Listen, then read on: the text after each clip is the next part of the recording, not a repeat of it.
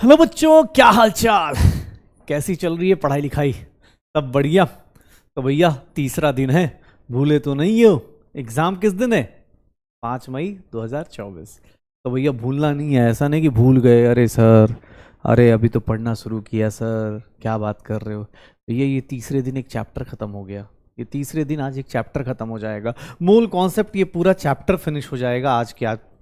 कोशिश करेंगे कि भैया जितने ज़्यादा हो सकते हैं क्वेश्चंस करें, साइड बाय साइड आपको चीज़ें करें। लास्ट क्लास में मैंने कुछ होमवर्क दिए थे, तो बहुत सारे लोगों को था कि सर होमवर्क में सिग्निफिकेंट फिगर्स, ये सब चीज़ें मैंने लास्ट क्लास में दिया था आपको खुद से करने के लिए।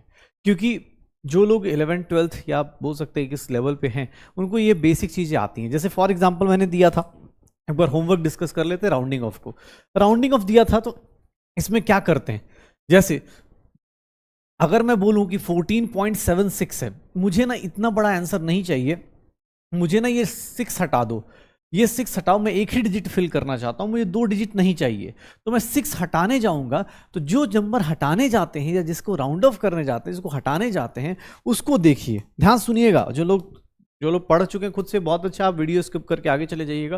लेकिन जो लोग नहीं पढ़ के आए हैं, चाहे जो चीज़ें, अरे सर मुझे तो फिर से पढ़ा दीजिए, तो एक ज़्यादा नहीं लगेगा। लास्ट क्लास का होमवर्क 10 मिनट में डिस्कशन करके फिर स्टार्ट करेंगे आज का टॉपिक। ये देखिएगा सर, ये 5 से बड़ा है, तो राउंडिंग ऑफ का एक बेसिक रूल है कि अगर देखिएगा जिस नंबर को डिजिट टू बी रिमूव्ड, जो डिजिट को आप हटाना चाहते हो, टू बी रिमूव्ड, जिस डिजिट को आप हटाना चाहते हो, और उससे पहले वाले डिजिट को हम लोग बोलते हैं प्रीसीडिंग डिजिट। उससे पहले वाले डिजिट को हम लोग क्या बोलते हैं? Preceding digit. ध्यान से देखिएगा, डिजिट टू बी रिमूव्ड, अगर आप डिजिट टू बी रिमूव्ड को देखेंगे, जिस नंबर को आप हटाना चाहते हो, अगर वो ग्रेटर देन 5 है, तो यहां पर ऐड 1 करना पड़ेगा। प्रीसीडिंग डिजिट को क्या करना पड़ेगा? 1 से ऐड करना पड़ेगा। जैसे आप इसको हटाना चाहते हो, सर इसको हटाने की कोशिश करोगे, सर क्या हो जाएगा? इसको हटाने की कोशिश करोगे, 14.8 हो जाएगा। अगर ये लेस देन 5 है, तो सर कोई चेंज नहीं, कोई चेंज नहीं, सेम रहेगा। मतलब अगर मैं यहां पर ये लिखता 14.72 लिखता, और मैं तुमसे बोलता कि सर अब एक ही डिजिट में राउंड ऑफ करो, तो तुम 2 को हटाते और 2 हटाते, तो कोई फर्क नहीं पड़ता। मतलब जिस नंबर को आप रिमूव करने वाले हो, जिस नंबर को आप हटाने वाले हो, उस नंबर को देखो, वो ग्रेटर देन 5 है तो उससे पहले वाले को +1 कर दो, लेस देन 5 है कोई चेंज नहीं।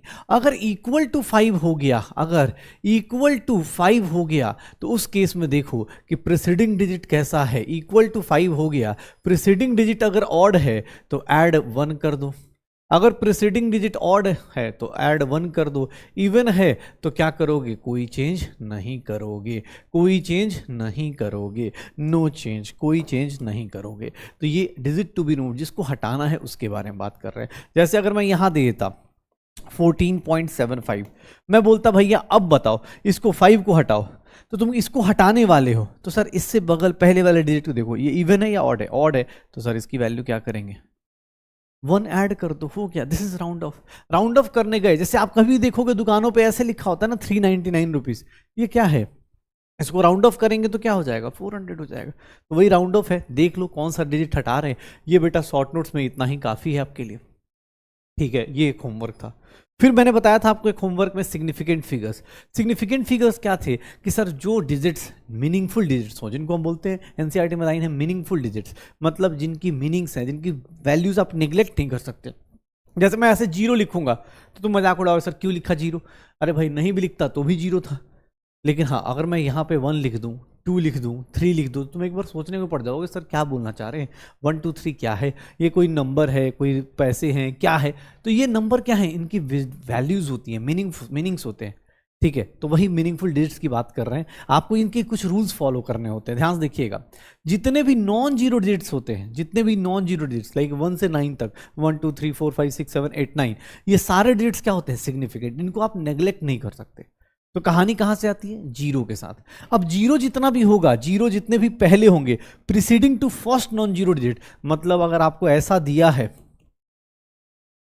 तो इसके अंदर ये जो लेफ्ट में पहले नॉन जीरो डिजिट से पहले लेफ्ट में जितने भी हैं, उससे पहले वाले 0 जितने भी हैं, वो दे आर नॉट सिग्निफिकेंट। क्यों? क्योंकि सर आप इसको चाहें तो आप इसको ऐसे भी लिख सकते हैं, 2.4 × 10⁻³ लिख सकते हैं। साइंटिफिक नोटेशन आप लिख सकते हैं तो 2.4 इंटू 10 की पावर -3 लिख सकते हैं। मैथ्स के टर्म में 0.00 का कोई लॉजिक नहीं बनता है, तो उससे पहले वाले सारे के सारे क्या है, नॉन सिग्निफिकेंट है। Zeros between two non zero digits, मतलब अगर मैं इसके बारे में बात करूं 0 0 2 0 4, अगर इसके बारे में बात करूं तो ये सर सिग्निफिकेंट है। ये देखो ये नॉट सिग्निफिकेंट है, कोई जरूरत नहीं, काट दो, इसको काट दो, लेकिन ये बीच वाले जीरोज क्या है, सिग्निफिकेंट है। तो zeros in between two non zero digits are significant and zeros at the end or right of the number, zeros at the end or right of the number, ये हम बोल देते हैं डेसिमल साइड के बाद जो होते हैं, right side of the decimal point, अगर कहीं ऐसा लिखा हुआ है ये जीरोज सिग्निफिकेंट है, ये जीरोज क्या है, सिग्निफिकेंट है, ये सिग्निफिकेंट, ये सिग्निफिकेंट, ये सब significant. Right side of the decimal वो क्या होते हैं, सिग्निफिकेंट होते हैं।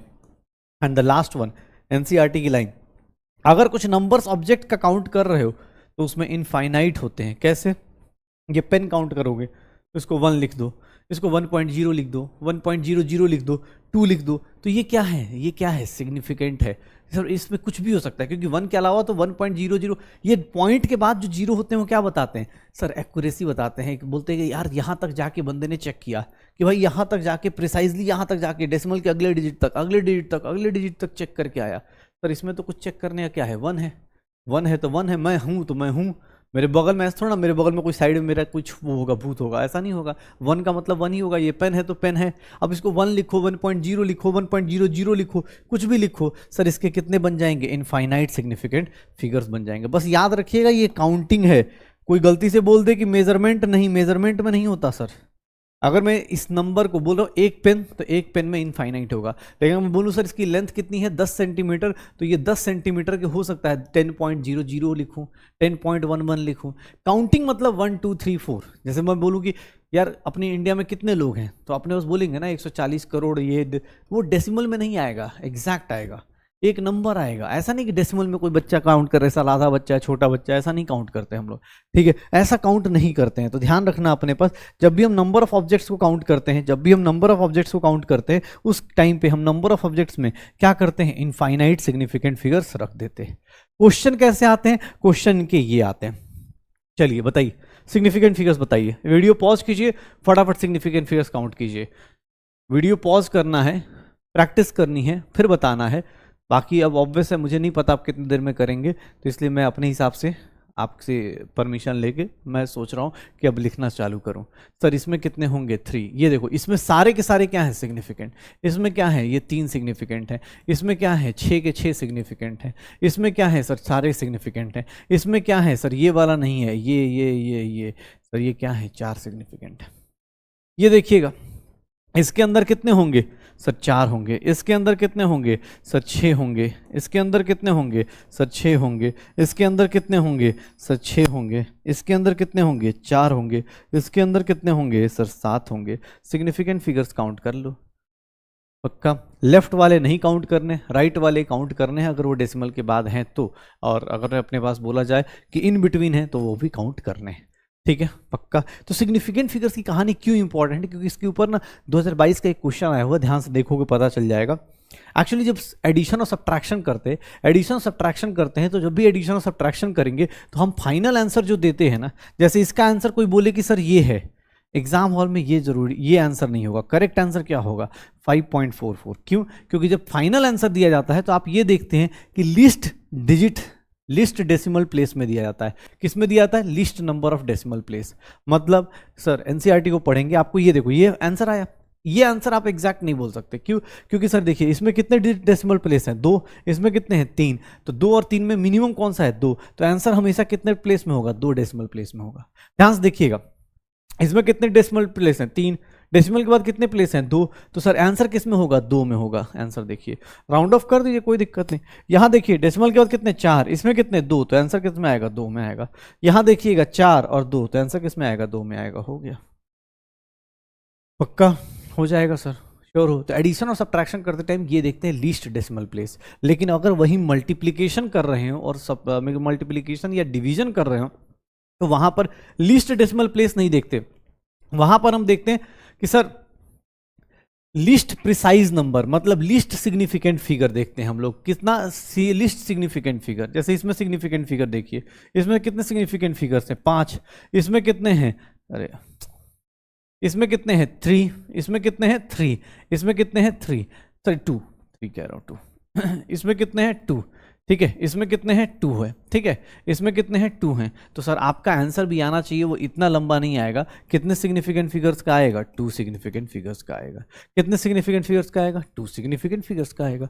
जैसे यहां पर देखिए ये कितने सिग्निफिकेंट फिगर्स होते हैं इसमें, सर इसमें कितने हो गए, सर 5 हो गए। इसमें कितने सिग्निफिकेंट फिगर्स हैं, सर 3 हो गए। तो आंसर लिस्ट सिग्निफिकेंट फिगर्स में, लिस्ट सिग्निफिकेंट फिगर्स मतलब आंसर किस में दोगे, 3 सिग्निफिकेंट फिगर्स में दोगे। यहां पर 2 में दिया, क्यों, क्योंकि इसका सिग्निफिकेंट फिगर 2 था, यहां सिग्निफिकेंट फिगर 5 था, तो ये लिस्ट सिग्निफिकेंट फिगर्स आएगा।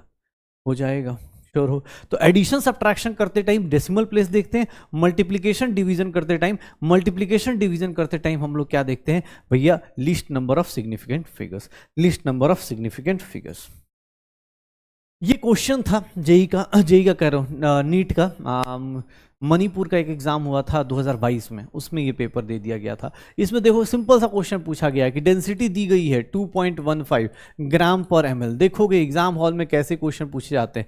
मास वॉल्यूम दिया गया है, वॉल्यूम दिया गया है 2.5 ml दिया गया है। तो सर मास कितना होगा, तो mass is nothing density into volume. Sir 2.15 into 2.5, लेकिन एग्जाम हॉल में ना आंसर नहीं पूछा जा रहा कि एग्जैक्ट कैलकुलेट करके आंसर बताइए, वो बोल रहा है कि मास के अंदर कितने सिग्निफिकेंट फिगर्स होंगे। सर मास मल्टीप्लीकेशन से आ रहा है, 3 सिग्निफिकेंट फिगर्स यहां पर हैं, 2 सिग्निफिकेंट फिगर्स यहां पर हैं। तो सर मास का आंसर किस में लिखेंगे आप, किस में लिखेंगे, 2 सिग्निफिकेंट फिगर्स में लिखेंगे। ये नीट 2022 का क्वेश्चन है सर, नीट 2022 का मणिपुर वाले अटेम्प्ट का क्वेश्चन है ये। मणिपुर का एग्जाम अलग से हुआ था तो उसका क्वेश्चन है, देख लो, पक्का हो जाएगा, श्योर हो। ये देख लो सर सिंपल मल्टीप्लिकेशन के ऊपर पूछ रहा है, इसीलिए ये इस टाइप के क्वेश्चंस के लिए हमने बात करी थी कि भैया इसी के लिए ये सब चीज़ें इंपॉर्टेंट हैं। ये बेसिक फिजिकल यूनिट्स मैंने फिजिक्स में भी आप पढ़ते हो, लेंथ का मीटर, मास का केजी, टाइम का सेकंड, टेम्परेचर का केल्विन, इलेक्ट्रिक करंट का एम्पियर, ल्यूमिनस इंटेंसिटी का कैंडेला और अमाउंट ऑफ सब्सटेंस का मोल होता है। ये मुझे बताने की जरूरत थी नहीं। टेम्परेचर ऑलरेडी आपको पता होता है, डिग्री सेल्सियस प्लस 273 करते हैं तो केल्विन आता है, ऑलरेडी कल लास्ट क्लास में बता भी दिया था। और डिग्री सेल्सियस को 9/5 टाइम्स कर देंगे प्लस 32 कर देंगे, डिग्री फ़ारेनहाइट आ जाता है। अब ये सब चीज़ें हमने ऑलरेडी की हुई हैं, कोई बहुत बड़ी चीज़ें हैं नहीं, टेम्परेचर हमें पता है। ये कुछ प्रीफिक्सेज हैं, प्रीफिक्सेज मतलब जैसे मोल एक प्रीफिक्स था, वैसे ही कुछ प्रीफिक्सेज हैं जिनको हम यूज करते हैं। जैसे नैनो है तो नैनो का मतलब क्या होता है, 10⁻⁹ सिमिलरली ये कुछ प्रीफिक्सेज हैं जिनके बारे में आपको पता होना चाहिए। ऐसा नहीं कि मैं बता रहा हूँ, ये आपको पहले से ही पता होता है। जैसे 10⁻1 है तो उसको क्या बोलते हैं, डे का डीए से रिप्रेजेंट करते हैं। 10⁻⁻1 को डेसी बोलते हैं, कहीं डेसीमीटर लिखा हुआ है तो आप समझ जाते हैं 10⁻⁻1। सेंटी का मतलब क्या होता है सर, 10⁻⁻2। सर 10⁻⁻3 को क्या बोलते हैं, मिली बोलते हैं। 10⁻⁻6 को क्या बोलते हैं, माइक्रो बोलते हैं। 10⁻⁻9 को क्या बोलते हैं, नैनो बोलते हैं। -12 को क्या बोलते हैं, पीको बोलते हैं। सर -15 को क्या बोलते हैं, फेम्टो बोलते हैं। सर अब ये ऊपर वाले याद रहें ना रहें, बस ये 15 तक याद होना चाहिए, ठीक है। उसमें से 2-4 आपको आता ही होगा, बस 2-4 और देख लीजिएगा, हो जाएगा, ठीक है। ये चीजें एक दिन में तो नहीं बोलूंगा, लेकिन हाँ प्रैक्टिस करेंगे तो जरूर आएगा। 10 क्या था, डेका था। 10⁻2 क्या होगा, हेक्टो होगा। 10⁻3 क्या होगा, किलो होगा। सर 10⁻6 मेगा, 10⁻9 गीगा, 10⁻12 टेरा। हम लोग सब लोग गीगाबाइट, जीबी, एमबी ऐसे करके जानते हैं ना कि हाँ भाई टेराबाइट्स आजकल के टाइम पे हार्ड डिस्क टेराबाइट्स में आ गई हैं। कुछ दिनों बाद पता चला पेटाबाइट्स में आ रही हैं, फिर कुछ दिन बाद एक्साबाइट्स में आ रही हैं, जेटाबाइट्स में, योटाबाइट्स में। तो ये सब क्या बता रहा है कि सर आपके ना ये प्रीफिक्सेज हैं, जिसके आगे लगेंगे उसकी वैल्यूज उतनी टाइम्स चेंज कर देती हैं। अगर कहीं लिखा हुआ है, 1 टेराबाइट 1 टीबी ऐसे लिखा हुआ है, तो इसका मतलब क्या हो गया कि सर टेराबाइट्स का मतलब क्या हो गया, 10⁻12 बाइट्स लेके चलेंगे, हो गया, ठीक है। बस टी मतलब कैपिटल टी का मतलब क्या हो गया कि सर वो टेराबाइट है, टेराबाइट से ऐसे दिखेंगे, पक्का हो जाएगा सर, श्योर हो। तो ये छोटी छोटी चीज़ें हमने लास्ट क्लास के होमवर्क में दिया हुआ था आपको, वो ये छोटी छोटी चीज़ें हमने लास्ट क्लास के होमवर्क में दिया हुआ था। और लास्ट क्लास के होमवर्क में जैसे अब देखो ना, मैच करो, चलो इसको मैच करो, क्या होगा, माइक्रो क्या होता है, डेका क्या होता है? डेका सबसे पहले पकड़ो, 10 को ले जाओ। मेगा क्या होता है? मेगा सर 10 की पावर 6 को ले जाओ। गीगा क्या होता है? सर गीगा 10 की पावर 9 को बोलते हैं। फेम्टो क्या होता है? 10 की पावर -15। माइक्रो क्या होता है? 10 की पावर -6। हो गया, यही होगा शायद, पक्का। चलो, अब हम लोगों ने लास्ट क्लास में क्या क्या पढ़ लिया था? लास्ट क्लास में हमने बेसिक चीज़ें फिनिश कर ली थी। देख भाई, होमवर्क भी देता हूँ, साथ साथ पढ़ा भी देता हूँ यार, ठीक है ना। फिर भी अगर कुछ मन में गिला शिकवा है तो यार सॉरी, अब थोड़ा सा भाई टाइम की कंस्ट्रेंट्स हैं, टाइम की चीज़ों को हमें फॉलो करना है, इसीलिए थोड़ी दिक्कत आती है, और कुछ नहीं। अगर हम देखो बहुत इत्मीनान से पढ़ेंगे तो ऑब्वियस है 2 साल में पढ़ सकते हैं, लेकिन इतना टाइम है नहीं, तो थोड़ा सा स्पीड में और थोड़ी सी चीज़ों को, कुछ लोगों का मैं देख रहा था कि सर थोड़ा ज़्यादा, थोड़ा फास्ट, थोड़ा स्लो, थोड़ा कुछ कुछ को बहुत खुश हैं कि हाँ सर अच्छा हो गया, सब सिलेबस हो रहा है। कुछ थोड़ा सा जो जो भी मतलब 90% जनता जो मुझे मतलब जो दिख रहा है जो रिव्यूज़ में, उस पर तो दिख रहा है कि 90% जनता अपनी खुश है। लेकिन हाँ, जो 5-10% अभी अपने कंफर्ट जोन से बाहर नहीं आए हैं, उनसे थोड़ा रिक्वेस्ट है भाई, अगर आप चाहते हो कि अगर आप सिलेक्शन के लिए पढ़ रहे हो, बार बार बोल रहा हूँ, अगर आप सिलेक्शन के लिए पढ़ रहे हो, टाइम पास के लिए पढ़ रहे हो, फिर तो बेटा कोई बात नहीं, फिर तो आप मजे लो, फिर तो आप कुछ भी कर लो, आप तो फिर उम्मीद में चले जाओ, आप फिर अभी उम्मीद भी छोड़ो, कुछ महा रिविजन कुछ आएगा, 12-14 घंटे में पढ़ लेना। यार वो सब चीज़ें बहुत कहने में आसान लगती हैं, लेकिन रियल लाइफ में ये है कि भाई पॉसिबिलिटी जो होती है ना, कम हो जाती है उनकी, ठीक है। तो वही पता है, अगर सिलेक्शन के लिए पढ़ रहे हो ना तो चुपचाप पढ़ाई करो, भरोसा रखो टीचर्स पे, इतना भरोसा करो, अगर अलग सर ने यहाँ खड़ा किया है तो कुछ भरोसा रख के खड़ा किया होगा, तो भाई तुम भी भरोसा रखो, बस जो बताया जा रहा है उसको फॉलो करो और क्लास के क्वेश्चंस को करते जाओ। मैं लिख के देता हूँ भाई, सिलेक्शन कोई नहीं रोकेगा, लेकिन हाँ करना तुम्हें ही है, पढ़ना भी तुम्हें ही है। मैं बार बार बोलता हूँ बच्चों को कि सिलेक्शन से कोई किसी का सिलेक्शन कौन रोक सकता है? कोई किसी का सिलेक्शन नहीं रोक सकता एक्सेप्ट आपके, आप अपने आप को रोक लेते हो, इसके अलावा कोई नहीं रोक सकता। ये बात लिख के देता हूं मैं, कोई भी आदमी अपने सिलेक्शन को अपने आप से रोकता है, अदरवाइज कोई दुनिया का कोई फैक्टर आज के टाइम पे कोई बोले कि सर कोटा के टीचर्स नहीं पढ़ा ले बेटा खड़े हैं हम लोग, कोई बोले कि सर फ्री में नहीं पढ़ा रहे, तो जाके देखेगा ना तो मुझे लगता है सारे चैप्टर्स तुझे फ्री में मिल जाएंगे। मैं तो मतलब one of the luckiest person हूं जिसको ये ऐसा प्लेटफॉर्म मिला है जो फ्री में सारे कंटेंट्स हैं, सारे कंटेंट्स मेरे फ्री में यूट्यूब पे पड़े हैं, आप कहीं से भी देख सकते हो। कोई बच्चा ये नहीं बोल सकता कि पैसे के भाव में नहीं पढ़ सकता। तो भाई अब चीजें हैं, सब कुछ तेरे साथ है यार, अब तो लग जा यार, उठ खड़ा हो, दौड़ चल, ठीक है ना, चलता चल भाई, चलता चल, सिलेक्शन होगा, ठीक है। चलो, हमने लास्ट क्लास में परसेंटेज कंपोजिशन निकाली थी, हमने लास्ट क्लास में, हमने याद करो परसेंटेज निकाला था भाई साहब, W/W, sir percentage volume by volume, sir इन सब का फॉर्मूला इतना खतरनाक था, मतलब क्या ही बोला जाए। सर W/V, भैया जल्दी से जल्दी अपने अंदर एक बार सोच के देखो, इन सब के फॉर्मूले में डिफरेंस क्या था, याद है क्या? सर इसमें mass upon total mass, volume upon total volume, mass upon total volume, volume upon total mass, यही था ना। परसेंटेज के लिए 100 से मल्टीप्लाई करेंगे, फ्रैक्शन के लिए किसी से मल्टीप्लाई नहीं करेंगे, पीपीएम के लिए सर 10 की पावर 6 से मल्टीप्लाई करेंगे, पीपीबी के लिए किससे मल्टीप्लाई करेंगे? 10 की पावर 9 से मल्टीप्लाई करेंगे। यही पढ़ा था ना भाई, यही होता है ना। तो बस यही सब चीजें, परसेंटेज कंपोजिशन पढ़ लिया कि सर परसेंटेज निकालने का, फ्रैक्शन के टर्म्स पढ़ लिए कि सर फ्रैक्शन कौन कौन से टर्म्स आते हैं, तो सर मोल फ्रैक्शन होता है सर, वॉल्यूम फ्रैक्शन होता है, मास फ्रैक्शन होता है, ये सारी चीजें भाई तुमने देख ली, वॉल्यूम फ्रैक्शन, मास फ्रैक्शन, ये सारी चीजें तुमने देख ली कि सर ये होगा mole fraction, volume fraction. Sir हमने पीपीएम देख लिया, पीपीबी देख लिया, सर दोनों में डिफरेंस बस इतना है कि यहां पर 10 की पावर 9 लेना है, यहां पर 10 की पावर 6 लेना है, 10 की पावर 9 लेना है, यहां पर 10 की पावर 6 लेना है। पक्का हो जाएगा, पीपीएम और पीपीबी कर लोगे, कर लेंगे सिलेक्शन भाई, पक्का ना? तो चलें अब परसेंटेज के ऊपर एक सिंपल सा और प्यारा सा क्वेश्चन जिसको हम बोलते हैं minimum molecular mass. Minimum molecular mass का कॉन्सेप्ट देखते हैं। आज छोटे छोटे कॉन्सेप्ट हैं, फिर स्टोइचियोमेट्री आता है, फिर हम लोगों के पास क्या बोलते हैं लिमिटिंग रीजन, और फिर ये चैप्टर एंड होगा ऑफिशियली आज, ठीक है ना। फिर कल सॉल्यूशन चालू होगा, तो वहाँ पे कॉन्सेंट्रेशन टर्म्स फिर से रिपीट होते रहेंगे। देखो मिनिमम मॉलिक्यूलर मास की बात कर रहा हूँ, मिनिमम मॉलिक्यूलर मास कैसे निकालते हैं भाई? मिनिमम मॉलिक्यूलर मास का कॉन्सेप्ट पता है क्या होता है? कि सर इसमें मान के चलते हैं, एज्यूम, यहाँ याद रखिएगा, एज्यूम एटलीस्ट एक एटम तो होगा ही, 1 atom of the element, 1 atom of given element, जो भी एलिमेंट का बोला जाए, इज प्रेजेंट। कम से कम एक एटम तो होगा। क्यों भाई? अरे सर कल ही तो पढ़ा है, कभी भी कोई बंदा एक एटम, एक तो कम से कम फ्रैक्शन में एटम होगा नहीं तो मिनिमम एक एटम तो होगा ही होगा। जैसे देखो मिनिमम का मतलब क्या होता है, जैसे मैं एक क्वेश्चन लिख दूं कि मेरे पास ना एक एंजाइम है, enzyme has 2.8% nitrogen by mass, what will be, अब देखना question, what will be minimum molecular mass of enzyme, minimum molecular mass of enzyme, what will be minimum molecular mass of enzyme, minimum molecular mass of enzyme क्या होगा sir, minimum molecular mass of enzyme क्या होगा, minimum molecular mass of enzyme क्या होगा बताओ। अगर मैं बोलता हूं कि 2.8% नाइट्रोजन बाई मास है, तुम बोलोगे सर बाकी लोग कहाँ हैं, तो नहीं फर्क पड़ रहा, नहीं है नहीं है कोई दिक्कत नहीं, छोड़ दो, तुम बस एक नाइट्रोजन को पकड़ लो। भाई साहब मैं फॉर्मूला ही बता दूंगा इसका, लेकिन पहले नाइट्रोजन को पकड़ो। सोचो नाइट्रोजन का, एंजाइम का अगर मास 100 ग्राम है तो उसमें से नाइट्रोजन का मास कितना है 2.8 ग्राम। अगर एंजाइम का मास 100 ग्राम है तो उसमें नाइट्रोजन का मास कितना है 2.8 ग्राम।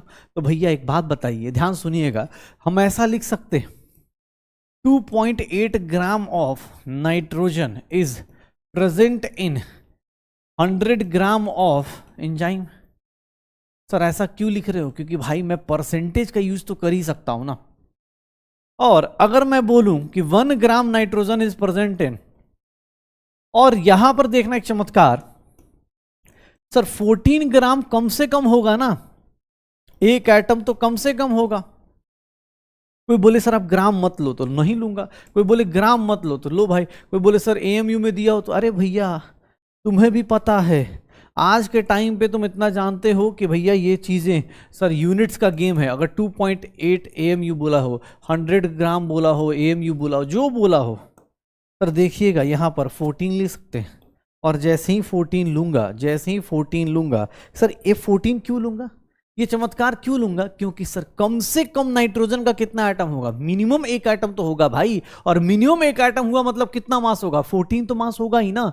अगर मिनिमम नाइट्रोजन का एक एटम है तो 14 का मास तो होगा ही। तो सर ये क्या करने वाला हूं, देखिएगा सर ये क्या हो जाएगा 2, और ये कितना हो जाएगा 500 ग्राम is the minimum molecular mass of enzyme.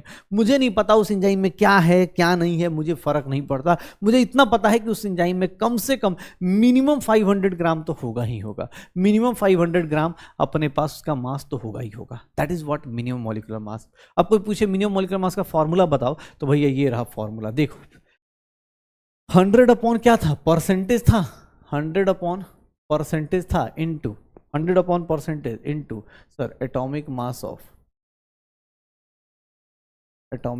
Of element. अब तुम इसको रटो तो रट लो, नहीं तो मेरे हिसाब से तो मैं तो यूनिटरी मेथड से जानता हूं मिनिमम मॉलिक्यूलर मास ऐसे निकाल दूंगा। अब मैं इसको क्यों रटने जाऊंगा, 2 लाइन का यूनिटरी मेथड है, यूज करके निकाल दो। जैसे फॉर एग्जांपल ये देखना क्वेश्चन ये देखो, a compound has haemoglobin like structure, it has 1 iron atom, it contains 5.6% of iron, approximate molecular mass, approximate मतलब मिनिमम मॉलिक्यूलर मास क्या होगा। अब तुम्हारी मर्जी है, तुम निकालो मिनिमम मॉलिक्यूलर मास। अब तुम्हें फॉर्मूला याद है, लेकिन मुझे लगता नहीं कि उतने टाइम तक ये छोटा, इतना छोटा सा फॉर्मूला याद रखोगे, ठीक है ना। लेकिन हाँ याद है तो भाई इससे कर लो, और नहीं याद है तो बेसिक परसेंटेज से कर लो। 100 upon 5.6 into atomic mass iron का कितना होता है 56। सर ये देखेंगे कितना होगा 1000 ग्राम हो जाएगा। लेकिन अगर मुझे नहीं पता, नहीं याद आ रहा, तो मैं नहीं याद आएगा तो मैं उस केस में क्या करूंगा, मैं सिंपल सा इक्वेशन यूज करूंगा। मैं क्या करने वाला हूं, ध्यान से देखना, ऐसे लिख दूंगा क्या, देखना ध्यान से, अगर मैं ऐसे लिख दूं तो मुझसे किसने पूछ दिया, तो मैं ऐसे लिख सकता हूं कि sir 5.6 gram of iron is present in. अब अगर नहीं याद है फॉर्मूले का, अगर ये फॉर्मूला याद नहीं है, ये मेथड याद नहीं है, 100 ग्राम ऑफ हीमोग्लोबिन ये होगा। अगर याद है तो बहुत बढ़िया, एक लाइन में निकाल दो। अगर नहीं याद है तो फिर ऐसे भी निकाल सकते हो भाई, सिलेक्शन छूटना नहीं चाहिए। ये देख लो 56 क्यों ले रहा हूँ, कम से कम कितना एटम होगा सर, मिनिमम कितना एटम होगा सर, एक एटम तो होगा ही होगा। तो इसका मतलब कम से कम उसका मास कितना होगा 1000 ग्राम होगा। कम से कम मास कितना होगा 1000 ग्राम होगा, मिनिमम मास कितना होगा 1000 ग्राम हो जाएगा। पक्का हो जाएगा सर, श्योर हो, देख लो। चलो एक क्वेश्चन तुम लोग करो, एम्स 2015 का क्वेश्चन है, एम्स 2015 का क्वेश्चन है, अटेम्प्ट कीजिए। सोचिए एम्स में क्वेश्चन पूछा गया है तो अटेम्प्ट करके देखिए, अटेम्प्ट करके देखिए क्या होगा इसका आंसर। चलो भाई, तो देखो इस क्वेश्चन को कैसे करेंगे, तो भाई कुछ नहीं करना, 8% बाई मास है तो सर कुछ नहीं, आपको मिनिमम मॉलिक्यूलर मास का फॉर्मूला पता है, अब मैं अभी जस्ट किया है तो अभी तो सबको याद ही रहेगा, टेक्निक बता दिया है, अगर आपको भूल गए तो एग्जाम हॉल में कुछ नहीं करना, 100 अपॉन क्या करना है परसेंटेज इनटू मिनिमम सल्फर के मॉलिक्यूल का, सल्फर के एक एटम का कितना मास होगा, तो सर ये कितना मास हो जाएगा 400 आ जाएगा, आंसर क्या आ जाएगा 400, आंसर क्या आ जाएगा 400 पक्का। तो मिनिमम मॉलिक्यूलर मास का कॉन्सेप्ट हो गया। अब आते हैं, एक होता है इंपेरिकल फार्मूला, एक होता है मॉलिक्यूलर फार्मूला। क्या है सर, परसेंटेज के ऊपर ही होता है। इंपेरिकल फार्मूला को हम लोग शॉर्टकट में लिखते हैं ईएफ। ईएफ का मतलब क्या होता है कि सर ईएफ और एमएफ में डिफरेंस है, मॉलिक्यूलर फार्मूला और ईएमएफ इसमें फार्मूले में क्या डिफरेंस है, मॉलिक्यूलर फार्मूला और इंपेरिकल फार्मूले में क्या डिफरेंस होता है, थोड़ा ध्यान से देखिएगा। इंपेरिकल फार्मूला मतलब क्या होगा कि सर ये इसको इसमें क्या, मॉलिक्यूलर फार्मूला दैट कंटेन्स, मतलब it represents exact number of atoms of elements in the compound in the formula. ये पूरा का पूरा एग्जैक्ट नंबर बताएगा। जैसे अगर मैं बोलूं कि ग्लूकोज का फॉर्मूला, तो ग्लूकोज का फॉर्मूला क्या होगा, ये मॉलिक्यूलर फॉर्मूला हो जाएगा, ये ग्लूकोज का मॉलिक्यूलर फॉर्मूला होगा, molecular formula exact number. Benzene का बोलूं तो बेंजीन का तुम ये बता दोगे, C6H6 बता दोगे। लेकिन एम्पेरिकल फॉर्मूला क्या बोलता है, तो ये किसको रिप्रेजेंट करता है, इट रिप्रेजेंट्स, देखिएगा एग्जैक्ट नंबर नहीं करेगा, it represents simplest whole number ratio, simplest whole number ratio of atoms of elements in the formula। मतलब फॉर्मूले में जो एटम्स दिए गए हैं उनका simplest whole number ratio in the formula. Simplest whole number ratio निकालने को हम लोग क्या बोल देंगे, सिंपलेस्ट होल नंबर रेशियो को हम लोग क्या बोल देंगे, एम्पेरिकल फॉर्मूला। जैसे ये मॉलिक्यूलर फॉर्मूला है, अगर तुम इंपेरिकल फॉर्मूला की बात करोगे तो इंपेरिकल फॉर्मूला पता है क्या हो जाएगा, इसका सिंपलेस्ट रेशियो निकालो। सिंपलेस्ट रेशियो क्या बोलता है, सिंपलेस्ट रेशियो क्या बोलता है कि सर कार्बन का 6 है, हाइड्रोजन का 12 है, ऑक्सीजन का 6 है, तो इसका सिंपलेस्ट रेशियो क्या हो जाएगा, कार्बन 1 H2O1, 6 से डिवाइड कर दो, सिंपलेस्ट रेशियो क्या आ जाएगा 1:2:1। अगर मैं बेंजीन की बात करूं तो यहां पर इंपेरिकल फार्मूला क्या हो जाएगा, C1H1 हो जाएगा। तो ये इंपेरिकल फार्मूला मॉलिक्यूलर फार्मूला का डिफरेंस है। इंपेरिकल फार्मूला मतलब एग्जैक्ट नंबर, इंपेरिकल फार्मूला मतलब मॉलिक्यूलर फार्मूला मतलब एग्जैक्ट नंबर, इंपेरिकल फार्मूला क्या हो जाएगा सर, उसका simplest whole number ratio. Whole number याद रखना, फ्रैक्शन में मत ले लेना, सर यहां से यहां, यहां से यहां, सर यहां पर देखिए एक वर्ड होता है मल्टीप्लीकेशन फैक्टर। ये क्या है, तो सर मल्टीप्लिकेशन फैक्टर। आप देखें तो वहां पर मैंने क्या किया है, मल्टीप्लिकेशन फैक्टर मतलब किससे डिवाइड किया है, सिंपलेस्ट रेशियो के लिए। सर एन की वैल्यू निकालना है तो कुछ नहीं, मॉलिक्यूलर फार्मूला को किससे डिवाइड कर दो, इंपेरिकल फार्मूला से, या फिर मॉलिक्यूलर फार्मूला के मास को किससे डिवाइड कर दो, इंपेरिकल फार्मूला के मास से। सर याद रखिएगा ये फॉर्मूला आपके काम आएगा अगर आपको इंपेरिकल फार्मूला दिया हुआ है, मॉलिक्यूलर फार्मूला निकालना है, इंपेरिकल फार्मूला दिया हुआ है, मॉलिक्यूलर फार्मूला निकालना है तो n से मल्टीप्लाई कर देंगे, आ जाएगा। देख लो मल्टीप्लिकेशन फैक्टर।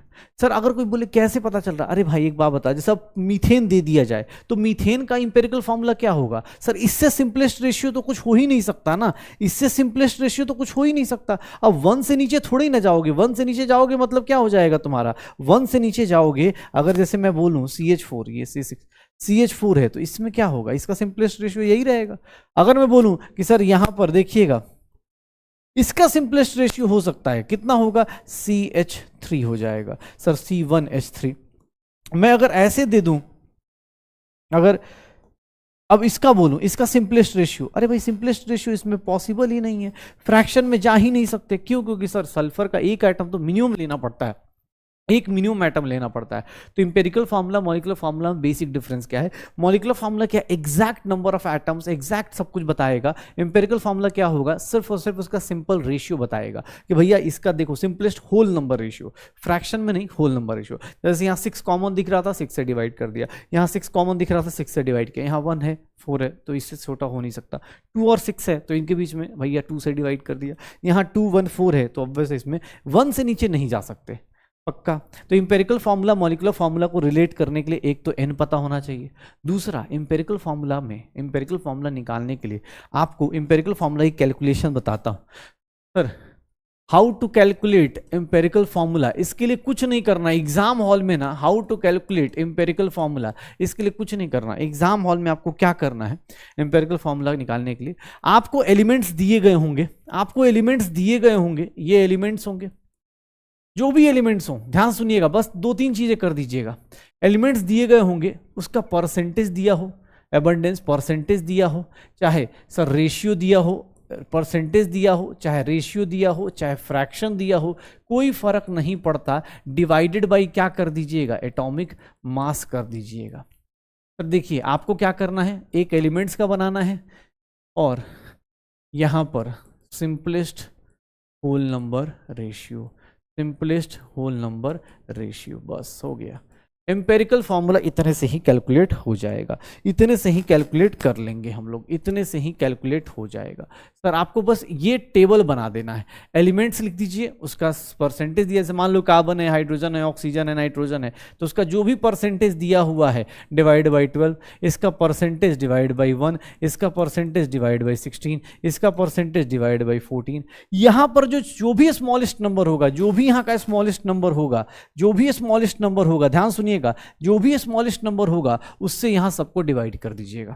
ध्यान सुनिएगा क्या करना है, मैंने बोला इंपेरिकल फार्मूला कैलकुलेट करना है, तो क्वेश्चन में क्या दिया होगा? या तो उसका परसेंटेज दिया होगा, या फिर मास का रेशियो दिया होगा, या फ्रैक्शन दिया होगा, कोई फर्क नहीं पड़ता। आप देखिए कौन कौन से एलिमेंट्स हैं, कार्बन है, हाइड्रोजन है, ऑक्सीजन है, नाइट्रोजन है। एक काम करो, कार्बन का परसेंटेज दिया है तो उसको 12 से डिवाइड कर दो, हाइड्रोजन का परसेंटेज दिया है 1 से डिवाइड कर दो, ऑक्सीजन का परसेंटेज दिया उसके एटॉमिक मास 16 से डिवाइड कर दो, नाइट्रोजन का परसेंटेज दिया है उसके एटॉमिक मास 14 से डिवाइड कर दो।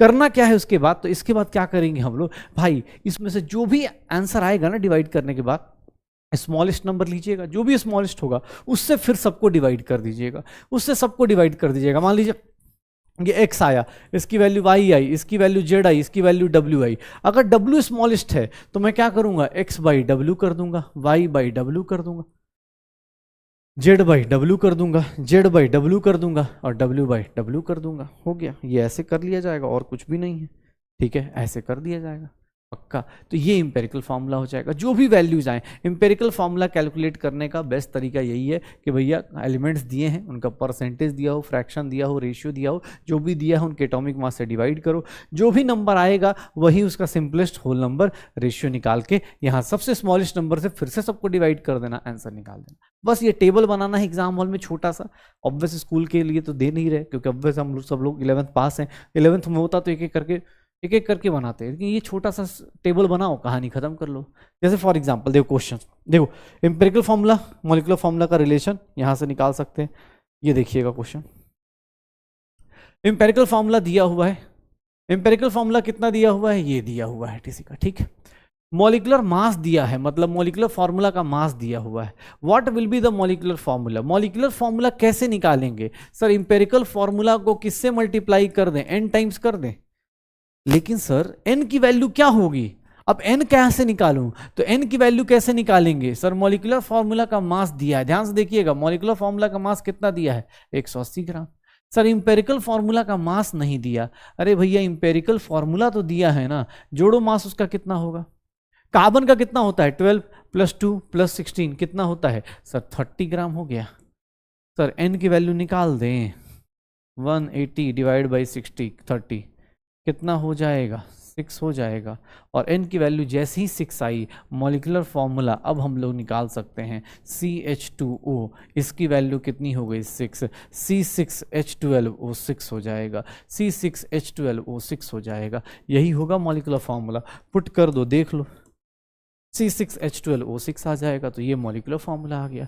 कभी भी empirical formula molecular formula concept है, एक तो इस तरह का इजी क्वेश्चन आ जाएगा, या फिर दूसरा क्वेश्चन ऐसा होगा, कोई फार्मूला है, कोई कंपाउंड है जिसमें 50% X है, इसका एटॉमिक मास दिया है, 50% Y है, उसका एटॉमिक मास दिया है, निकालो भाई।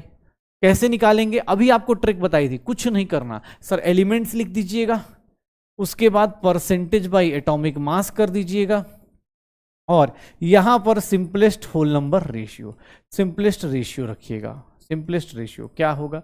देखिए, एलिमेंट है कौन कौन सा? X है, और कौन सा है? Y है।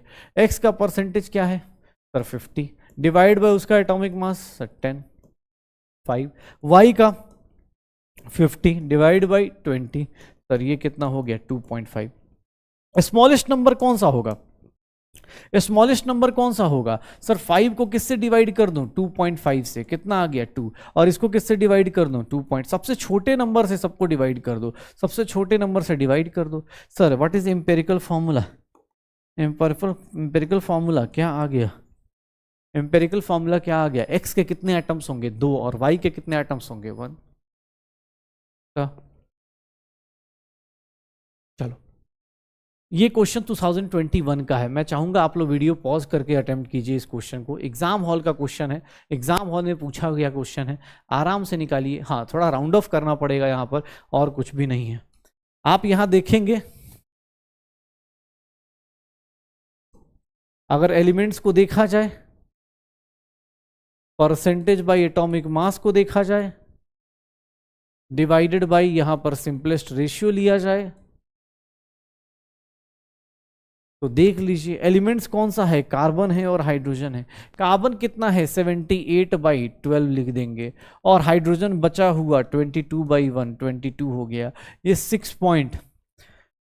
6.5 हो जाएगा। सबसे स्मॉलेस्ट नंबर यही है, तो 6.5 डिवाइड बाई 6.5 करेंगे, ये 1 हो जाएगा।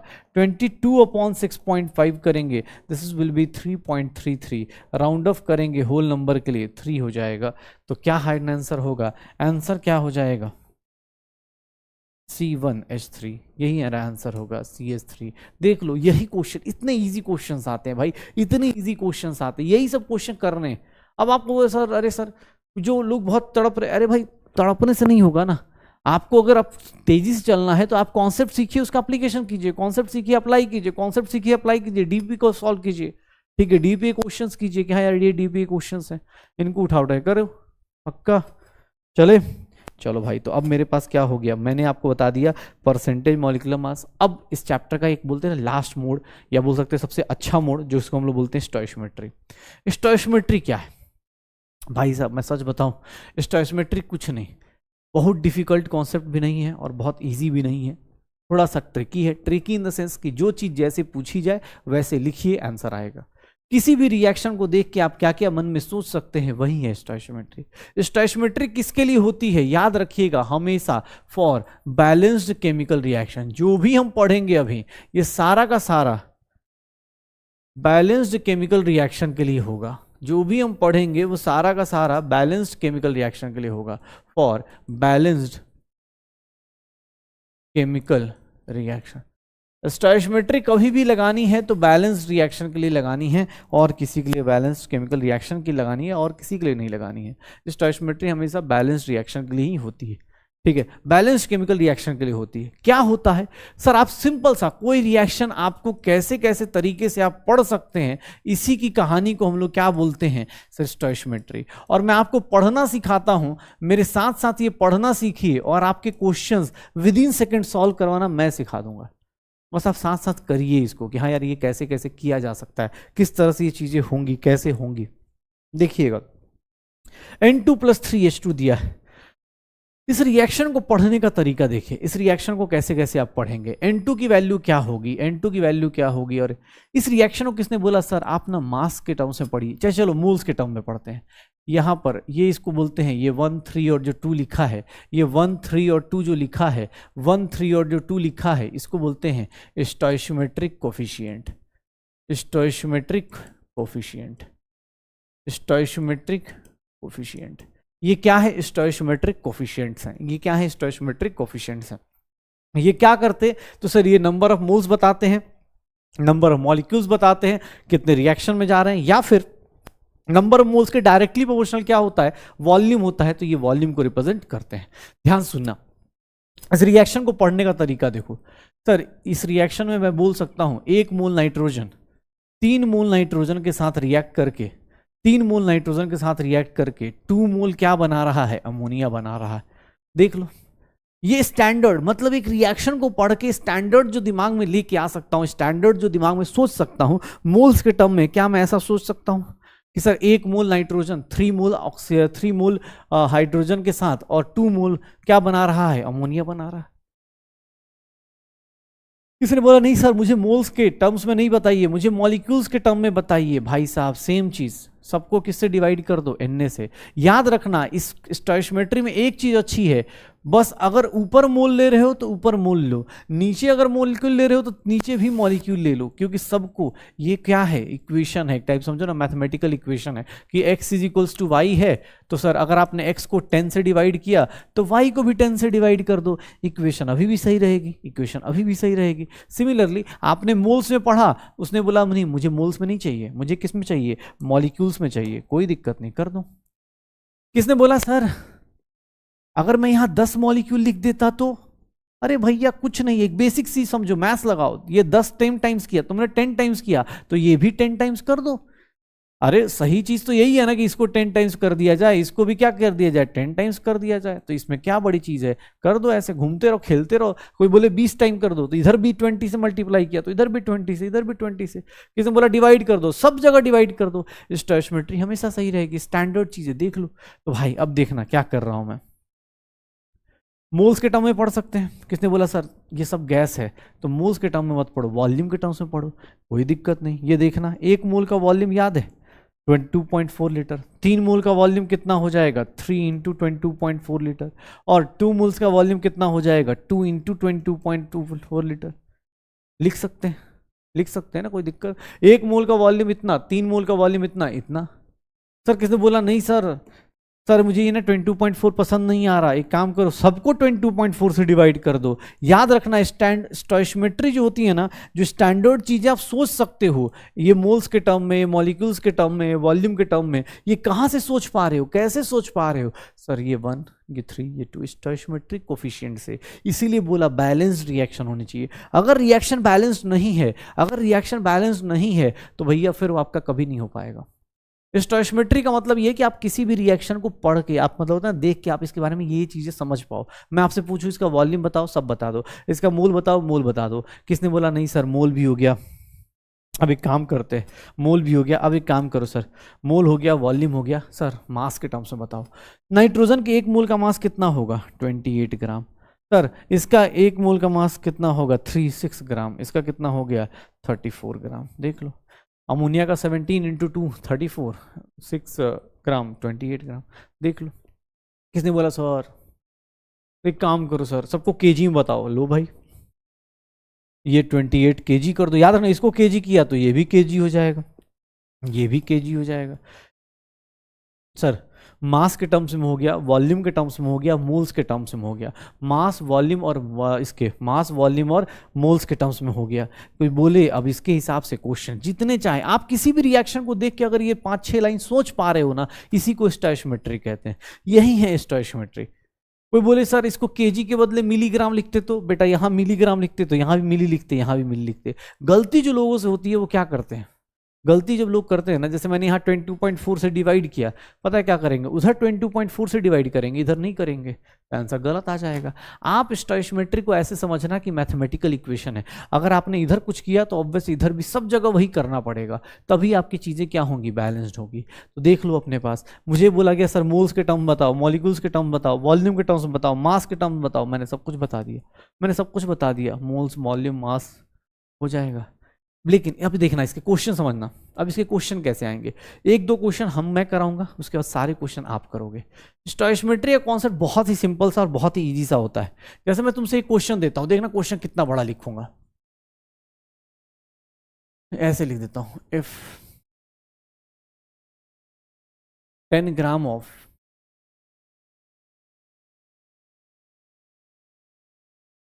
अब देखना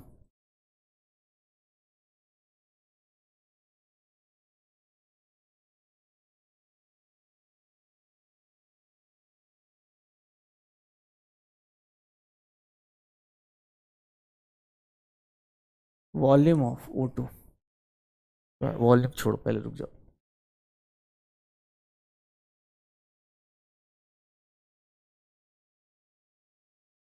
इस क्वेश्चन का आंसर अब देखो एग्जाम हॉल में ये सब मिलेगा।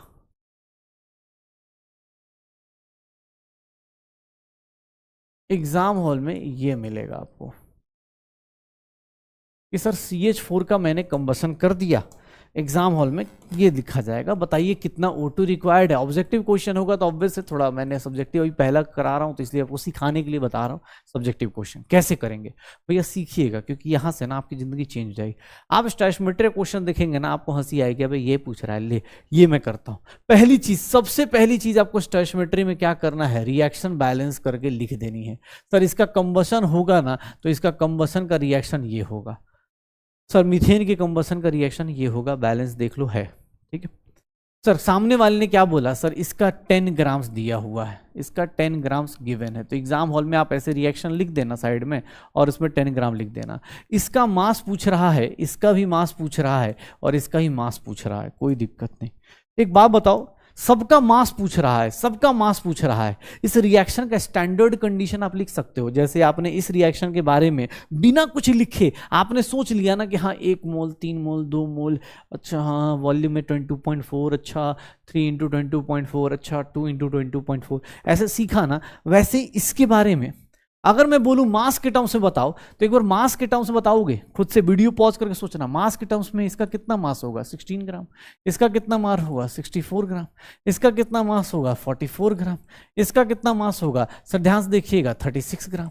सर ये सब स्टैंडर्ड आप कैसे लिख लिए, सर ये स्टैंडर्ड कंडीशन कैसे लिख रहे हो। अरे भैया रिएक्शन को पढ़ना अभी तो स्टोइकोमेट्री में सीख रहे थे कि CH4 का मास कितना होगा 16, O2 कितना है, सर ऑब्वियस है 32 होता है, 32 2 टाइम्स 64, 44, ये 18 इंटू 2 36, यही होता है, ये लिख दिया। अच्छा सर मास के टर्म्स में दिया था, वॉल्यूम के टर्म्स में दिया होता तो वॉल्यूम में लिख लेते, मोल के टर्म में दिया होता तो मोल के टर्म में लिख देते, अगर खिचड़ी पकाई होती तो खिचड़ी के टर्म्स में लिख देते, अगर मान लो इसका मास दिया होता तो इसका मोल्स दिया होता तो इसका मास लिखते, इसका मोल्स लिखते, करते कैलकुलेशन। अब देखना ध्यान से कैसे निकालेंगे भाई साहब, सुनिएगा। मुझसे पहला क्वेश्चन क्या पूछा गया है, mass of O2 required. Sir आपने एग्जाम हॉल में क्या करना है, ऐसे बना देना है, जो गिवन है वो लिख दीजिए, बाकी लोगों को डैश डैश करके छोड़ दीजिए। अब देखिए क्या होगा, चमत्कार देखिएगा। यूनिटरी मेथड कुछ भी नहीं करना एग्जाम हॉल में, नीट एग्जाम हॉल में टाइम कम है, कोई यूनिटरी मेथड नहीं, कुछ नहीं। देखिएगा mass of O2 required, mass of O2 required क्या होने वाला है, ये देखना भाई साहब कैसे निकालूं। O2 का मास निकालना है, ये कौन बताएगा मुझे, स्टैंडर्ड तो मुझे रिएक्शन देख के पता थी।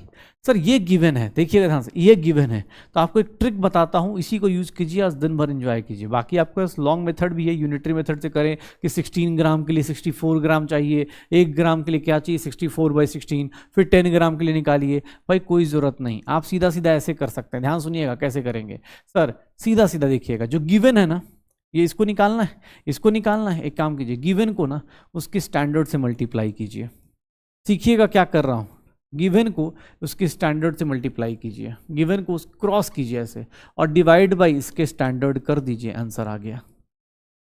सर इससे इजी तरीका नहीं हो सकता, इससे फास्ट कैलकुलेशन नहीं हो सकती। आपको अगर मैं बोलता हूं मास ऑफ CO2 प्रोड्यूस बताइए, सर फिर से वही ट्रिक लगाइए, क्या गिवन है, सर जो गिवन है ना, जो गिवन है ना, जिसको निकालना है, इसको निकालना है, सर इसको निकालना है, कोई दिक्कत नहीं, जिसको निकालना है ना उसके देखिए गिवन को उसके स्टैंडर्ड से मल्टीप्लाई कर दीजिए, 10 इंटू 44 डिवाइड बाई कितना कर दूं, सर देखिएगा 10 इंटू 44 डिवाइड बाई क्या करेंगे 16, सर ये कितना आ गया। अगर मैं बोलूं मास ऑफ H2O प्रोड्यूस निकालना है, सर फिर से ट्राई कीजिए, वीडियो पॉज कीजिए, सोचिए, पहले सोचिए, जो गिवन है, जो गिवन है उसको उससे मल्टीप्लाई कीजिए, उसके स्टैंडर्ड से, और डिवाइड बाय सर CH4 के स्टैंडर्ड से कर दीजिएगा, आंसर आ जाएगा।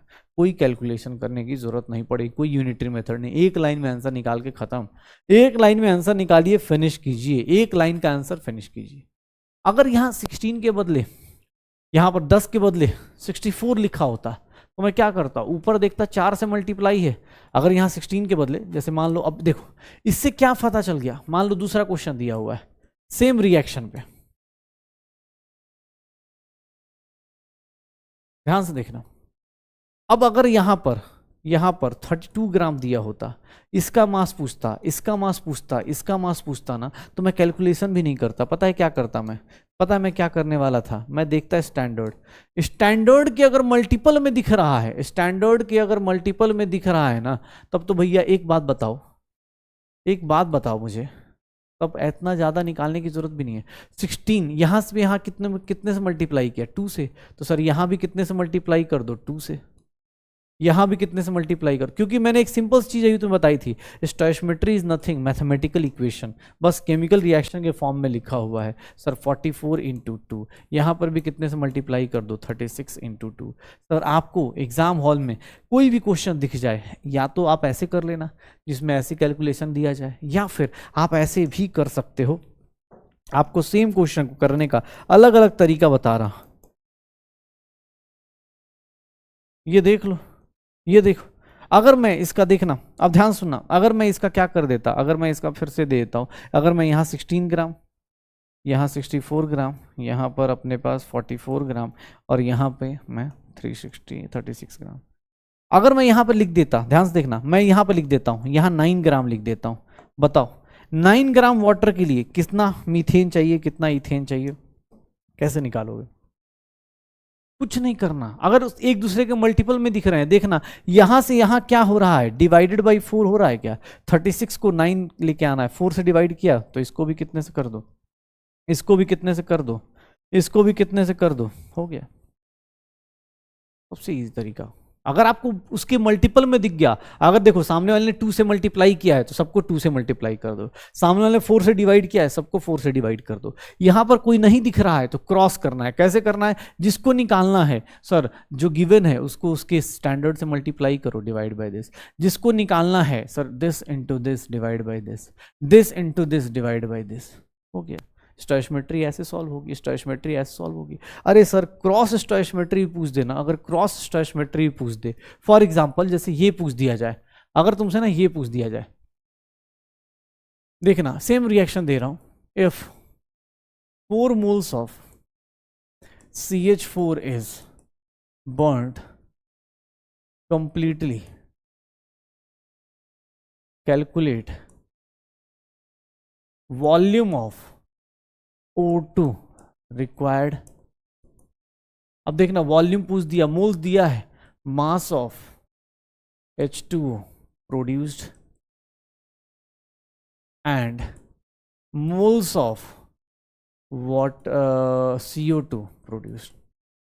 अब मैंने कोई चीज दी है, मैंने उससे अलग अलग चीजें पूछ ली, कोई दिक्कत नहीं। सुनना ट्रिक क्या है, एक सर सिंपल सा, इसका तो क्वेश्चंस की लाइन आप खुद विद इन सेकंड करोगे। देखना ध्यान से क्या करना है। सर रिएक्शन लिख दो, फिर से वही रिएक्शन है, उसी के ऊपर काम कर रहा हूं, इसी के ऊपर सब कुछ सिखाने की कोशिश कर रहा हूं, अभी आप ही करोगे। ध्यान से देखिएगा, मैंने इसका क्या दिया है तुम्हें, मैंने दे दिया है इसके 4 मोल, इसके मैंने कितने दिए हैं? 4 मोल। ये क्या दे दिया है? गिवन दे दिया है, कोई दिक्कत नहीं। अब तुम्हें बोल रहा हूं कि इसका वॉल्यूम बताओ लीटर्स में, इसका वॉल्यूम, इसका क्या बताओ? मोल्स बताओ, और इसका क्या बताओ? मास बताओ।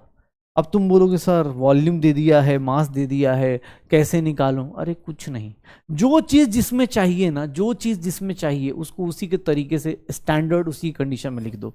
इसका स्टैंडर्ड मतलब इस रिएक्शन को स्टैंडर्ड तरीके से आप पढ़ते, मोल्स के टर्म में क्या पढ़ते? 1 मोल पढ़ते, इसका वॉल्यूम के टर्म्स में क्या पढ़ते? 2 इंटू 22.4 लीटर्स पढ़ते, यही पढ़ते ना भाई साहब। सर ये तो ये कितना पढ़ते हैं? 2 मोल, तो 2 मोल को क्या लिखते हैं? 2 इंटू 20.4।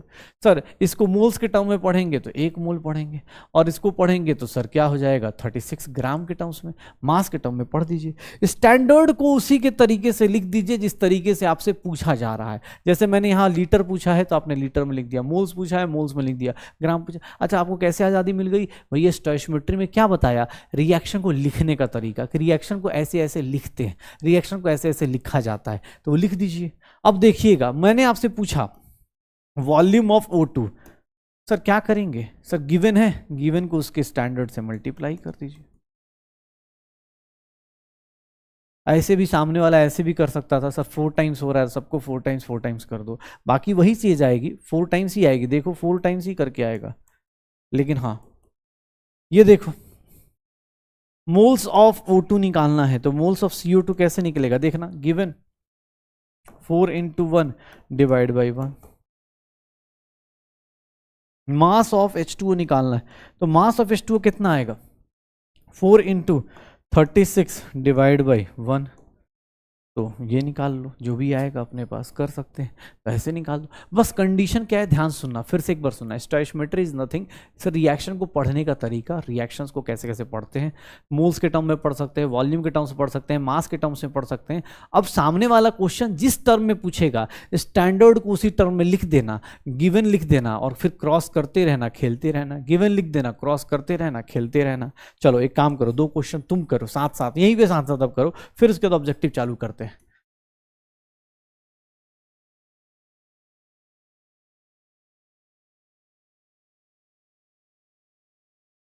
अब मैं आपको दे रहा हूं,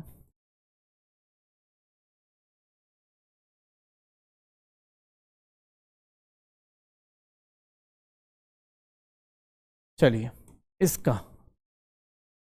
अगर 5 मोल H2 रिएक्ट कर रहा है कंप्लीटली, कैलकुलेट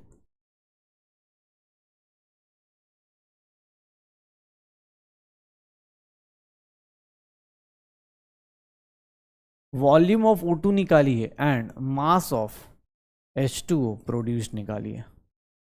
चलिए एक काम कीजिए, आराम से कैलकुलेट कीजिए। रिएक्शन बैलेंस्ड है, नहीं दिया होगा बैलेंस तो उसको बैलेंस कर लीजिएगा, नहीं दिया होगा बैलेंस तो उसको बैलेंस कर दीजिएगा।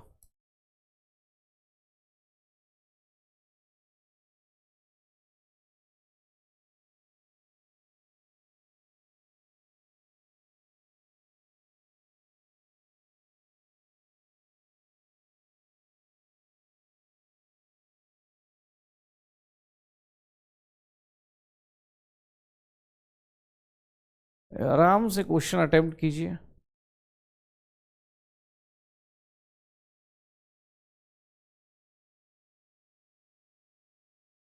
इन दोनों क्वेश्चन को मैं चाहता हूं आप अटेम्प्ट करके बताइएगा। स्टैटिस्टिक्स कोई कोई अपने को यूनिटरी मेथड नहीं, कुछ भी यूज नहीं करना है, सिंपल सिंपल से कैलकुलेशंस हैं, सिंपल से आंसर्स निकल के आएंगे।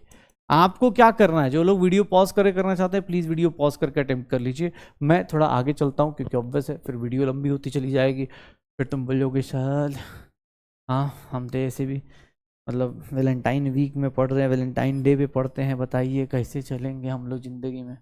हाँ देखिएगा कैसे होगा। सर देखिए, स्टैंडर्ड लिखने से पहले ना मैं ये देखूंगा इसका मोल दिया है तो इसके मोल में लिखूंगा। सर इसका क्या दिया है, 5 मोल दिया है, क्या दिया है 5 मोल दिया है, क्या दिया है 5 मोल गिवन है, क्या गिवन है 5 मोल गिवन है। ये देखो अपने पास, इसका क्या चाहिए वॉल्यूम चाहिए, और इसका क्या चाहिए सर मास चाहिए, इसका क्या चाहिए वॉल्यूम और इसका क्या चाहिए मास चाहिए। सर देखिएगा स्टैंडर्ड किस कंडीशन में लिख दूं, स्टैंडर्ड जिसके जो तरीके से पूछा गया उस तरीके से लिख दो। सर इसका मोल पूछा गया है, इसका मोल लिख दो। सर इसका क्या पूछा गया है वॉल्यूम, तो इसका वॉल्यूम लिख दो, 1 लीटर का वॉल्यूम। इसका मास पूछा गया है तो सर इसका मास लिख दो 36 ग्राम। अब सर मुझसे कुछ पूछा गया कि वॉल्यूम ऑफ O2 बताइए, तो वॉल्यूम ऑफ O2 कैसे निकालूंगा सर, जो गिवन है उसको मल्टीप्लाई करो O2 के स्टैंडर्ड से डिवाइडेड बाय सर इसके स्टैंडर्ड से, कितना हो गया 2.5 टाइम्स 22.4 लीटर्स। सर अगर मुझसे पूछा गया मास ऑफ H2O पूछा गया, तो मास ऑफ H2O कैसे निकालूंगा, जो गिवन है उसको किससे मल्टीप्लाई करो 5 into 36 divide by standard 2.5 times 36 ग्राम हो गया, निकाल लो खत्म। इतना क्या सोचना है, अरे सोचना क्या है, सोचते सोचते बहुत टाइम लग जाएगा भाई अगर ज़्यादा सोचोगे। सर रिएक्शन लिखिए, रिएक्शन लिखिए, अरे रिएक्शन लिखिए। स्टैंडर्ड कैसे लिखेंगे, तो स्टैंडर्ड लिखने का तरीका आप सीख लीजिएगा। स्टैंडर्ड कैसे लिखेंगे सर, स्टैंडर्ड कौन से तरीके से लिखेंगे सर, इसका 10 लीटर गिवन है, इसका क्या है 10 लीटर्स गिवन है। सर हाइड्रोजन का क्या निकालना है सर, मोल निकालना है, तो ठीक है इसको मोल में लिखेंगे। इसका मास निकालना है तो इसका स्टैंडर्ड मास में लिखेंगे। स्टैंडर्ड लिखिएगा, स्टैंडर्ड। सर लीटर में क्या लिखेंगे 22.4 लीटर लिखेंगे। मोल्स में क्या लिखेंगे सर 3 मोल्स लिखेंगे, और यहां पर कितना लिखेंगे 34 ग्राम लिखेंगे। जो जैसा स्टैंडर्ड बोलेगा, जो जैसा स्टैंडर्ड बोलेगा वैसा लिख देंगे। सर अब बताएंगे मोल्स ऑफ हाइड्रोजन कितना आएगा, निकालो। Given into this, given into this divide by ये हो गया, इतना मोल आ जाएगा। सर अगर मैं पूछूं मास ऑफ अमोनिया बताना है तो मास ऑफ अमोनिया कितना हो जाएगा?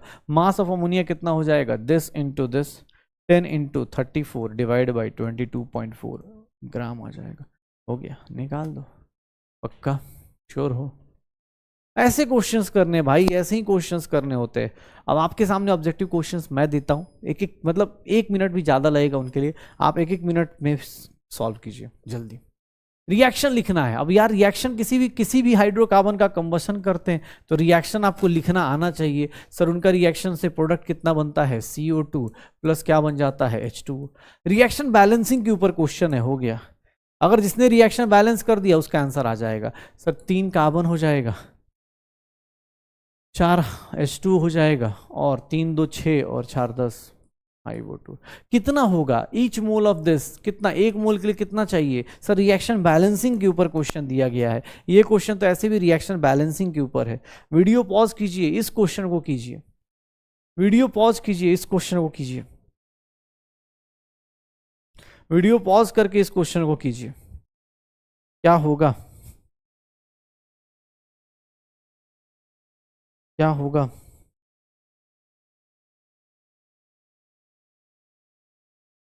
क्या होगा? Find maximum moles of CCl4। अरे भैया CCl4 रिएक्शन बैलेंस्ड है? हाँ सर बैलेंस्ड है। 10 मोल CH4 का। सर रिएक्शन से ही दिख रहा है, एक मोल से स्टैंडर्ड देखिए, एक मोल से क्या बन रहा है? 1 मोल। तो 10 मोल से कितना बन जाएगा? अरे भैया कोई कैलकुलेशन नहीं, आपने इधर अगर 10 से मल्टीप्लाई किया तो नीचे भी 10 से मल्टीप्लाई कर दीजिए। 10 मोल से कितना बन जाएगा? 10 मोल्स बन जाएगा, 10 मोल्स बन जाएगा। जल्दी। कैल्शियम कार्बोनेट की हीटिंग करते हैं तो कैल्शियम कार्बोनेट की हीटिंग से क्या मिलता है? कैल्शियम ऑक्साइड प्लस CO2 मिल जाता है। सर इसका मास 100 ग्राम, स्टैंडर्ड की ही बात कर रहा हूँ, ये 56 ग्राम। स्टैंडर्ड लिखेंगे, स्टैंडर्ड से ही आपको पता चल जाएगा। इसका 56 ग्राम, इसका 44 ग्राम। सर क्या मिल जाएगा? कैल्शियम ऑक्साइड कितना मिल जाएगा? 56 ग्राम मिल जाएगा। करते रहो।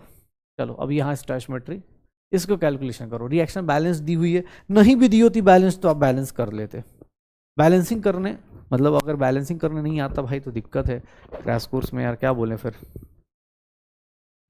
जल्दी। क्या होगा?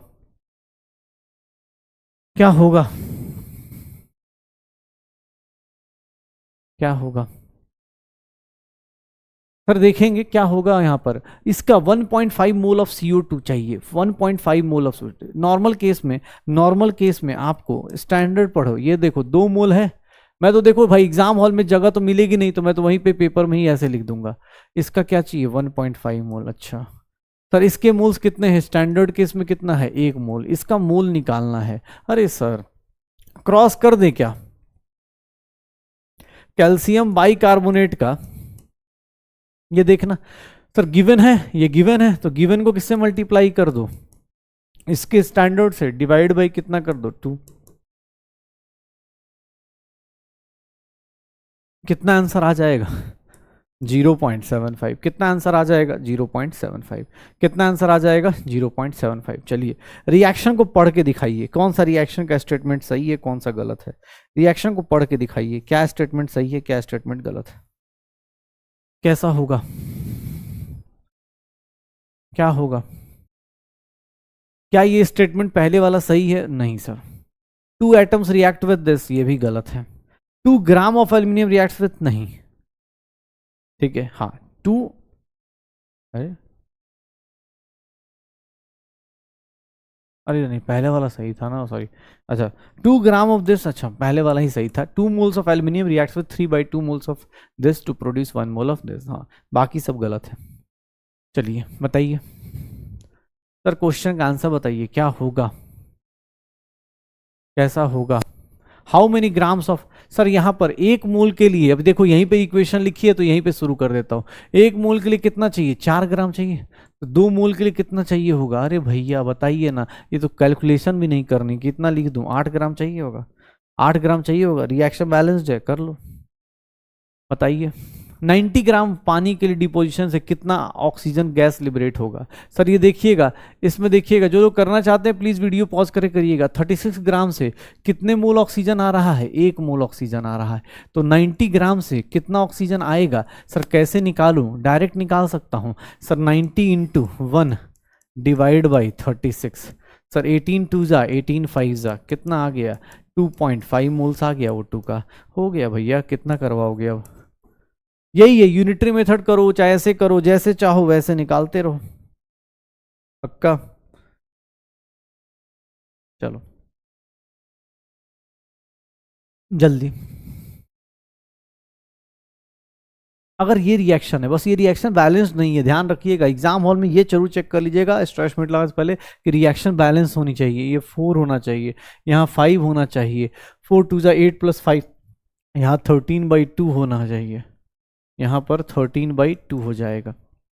बोल रहा है कि sir what is the amount of carbon dioxide produce if 0.15। Sir 1 मोल से कितना प्रोड्यूस हो रहा है? 4 मोल प्रोड्यूस हो रहा है। तो 0.15 से कितना प्रोड्यूस होगा? 0.60। कैसे? 4 टाइम्स करना है सर। 1 मोल से देखो ना, यहाँ पर 1 मोल से, ये देखो, कोई बोले सर कैसे निकाल रहे हो, तो ये देखो 1 मोल से 4 मोल, सर ये 0.15 मोल है सर, गिवन दिया है, इसके निकालने हैं। 0.15 इंटू 4 डिवाइड बाई 1, 0 से कितना आ जाएगा? 0.60 मोल। तो स्टोइचियोमेट्री भैया इजीएस्ट तरीका यही है, क्रॉस कर करके आंसर निकाल दो। क्या करना है? जो गिवन है उसको दूसरे के, जिसको निकालना है उसके स्टैंडर्ड से मल्टीप्लाई करो, डिवाइड बाई इसका स्टैंडर्ड। पक्का? ठीक है। नॉर्मल स्टोइचियोमेट्री बहुत सिंपल सी है, लेकिन अब देखना प्यूरिटी कॉन्सेप्ट क्या बोलता है। प्यूरिटी का कॉन्सेप्ट क्या है? प्यूरिटी मतलब क्या होता है, ये ना हमेशा याद रखना है। ये कब होता है? जब रिएक्टेंट का सैंपल हो। और रिएक्टेंट सैंपल क्या होता है कि रिएक्टेंट का जब भी सैंपल लिया जाता है तो उसमें 2 चीजें होती हैं। एक तो होता है प्योर रिएक्टेंट जो कि रिएक्शन करता है, लेकिन एक होती है उसके साथ साथ इंप्योरिटीज। अब इंप्योरिटीज के साथ दिक्कत क्या है कि प्योर रिएक्टेंट जो रिएक्शन करेगा, अब इंप्योरिटी तो फालतू की बैठी रहेगी ना। तो जब भी आपको प्योरिटी का कॉन्सेप्ट यूज होना शुरू हो जाए, समझ जाना कि भैया कुछ गंदगी है, कुछ ऐसी चीजें हैं रिएक्टेंट के साथ जो प्रोडक्ट में अपने पास सर रिएक्शन में प्रोडक्ट नहीं बनाएंगे। ऑब्वियस इंप्योरिटीज, मान लो मिट्टी है, कैल्शियम कार्बोनेट के साथ मिट्टी आ गई, तो कैल्शियम कार्बोनेट रिएक्शन करेगा ना, मिट्टी थोड़ा ना रिएक्शन करेगी वो वाली। तो भाई ये प्योर, अब ये हो गया।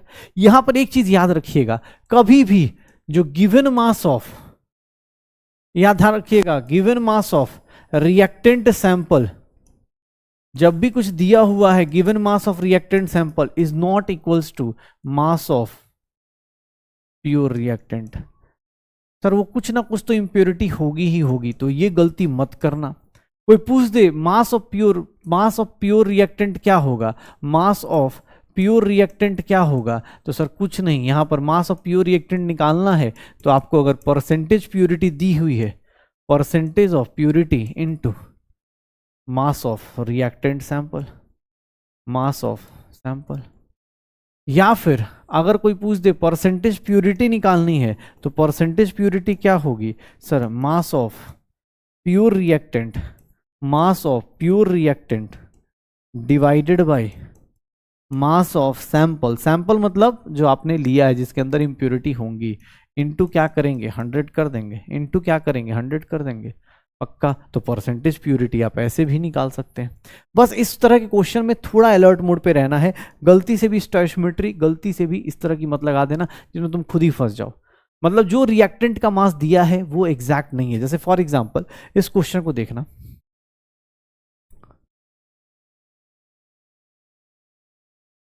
200 gram of sample of calcium carbonate, 200 gram sample of calcium carbonate, बगल में लिख देता हूं 80% purity is decomposed, 80% purity is decomposed, calculate mass of CO2 produced. अगर मैं ये रिएक्शन दे देता हूं, ये क्वेश्चन दे देता हूं, तो मास ऑफ CO2 कैसे निकालोगे, इसको कैसे निकालेंगे, ध्यान से देखना, मास ऑफ CO2 कैसे निकालोगे, कैसे होगा। कैल्शियम कार्बोनेट की रिएक्शन सबके लिए सिंपल सा है सर, कैल्शियम कार्बोनेट तो 10th क्लास से पढ़ते आ रहे, कैल्शियम ऑक्साइड प्लस क्या दे देगा, CO2 दे देगा, calcium carbonate plus CO2, calcium oxide plus CO2। Sir इसका स्टैंडर्ड लिखेंगे 100 ग्राम, इससे कितना हो जाएगा 44 ग्राम, स्टैंडर्ड भी लिख दिया। लेकिन रिएक्टेंट का गिवन मास कितना लूँ, गिवन मास कितना लूँ सर, इसका गिवन मास कितना ले लूँ, 200 ग्राम ले लूँ क्या सर, इसका 200 ग्राम ले लूँ क्या, नहीं 200 ग्राम लेते ही आंसर गलत आएगा, क्योंकि ये सैंपल है, उसके बगल में उसकी प्योरिटी दी हुई है सर, 200 ग्राम का 80% ही प्योरिटी है। 160 gram is the calcium carbonate mass. अब इसका मास निकालना है CO2 का, कैसे निकालेंगे। 160 ग्राम क्यों दिया, क्योंकि सामने लिखा है 80% प्योरिटी, मतलब जितना भी आपने साइज लिया, जितना ही बड़ा सैंपल लिया, उसमें सिर्फ 80% ही प्योरिटी है, तो उससे सर इसका मास निकाल सकते हैं सर। 160 इंटू 44 डिवाइडेड बाई कितना हो गया 100, निकाल दो 44 इंटू 1.6 ग्राम हो गया, जितना भी आए वो आंसर पक्का। रिएक्टेंट का मास एग्जैक्ट मत ले लेना, क्योंकि रिएक्टेंट का मास गिवन मास के बराबर नहीं होता, क्योंकि कुछ ना कुछ पोर्शन तो रिएक्शन में इंप्योरिटीज होंगी, तो ऑब्वियसली इंप्योरिटीज वो सेम रिएक्शन नहीं करती हैं, इस बात का ध्यान रखिएगा। प्योरिटी कॉन्सेप्ट में हमेशा रिएक्टेंट जो होती हैं वो थोड़ा सा लेते टाइम अलर्ट मोड पे रहिएगा, पक्का। चलिए, ये क्वेश्चन इस बार पूछा गया था, आप सब लोग देख सकते हैं, इस क्वेश्चन का आंसर निकाल सकते हैं। नीट 2023 का क्वेश्चन है, नीट 2023 का क्वेश्चन है, बताएंगे क्या होगा।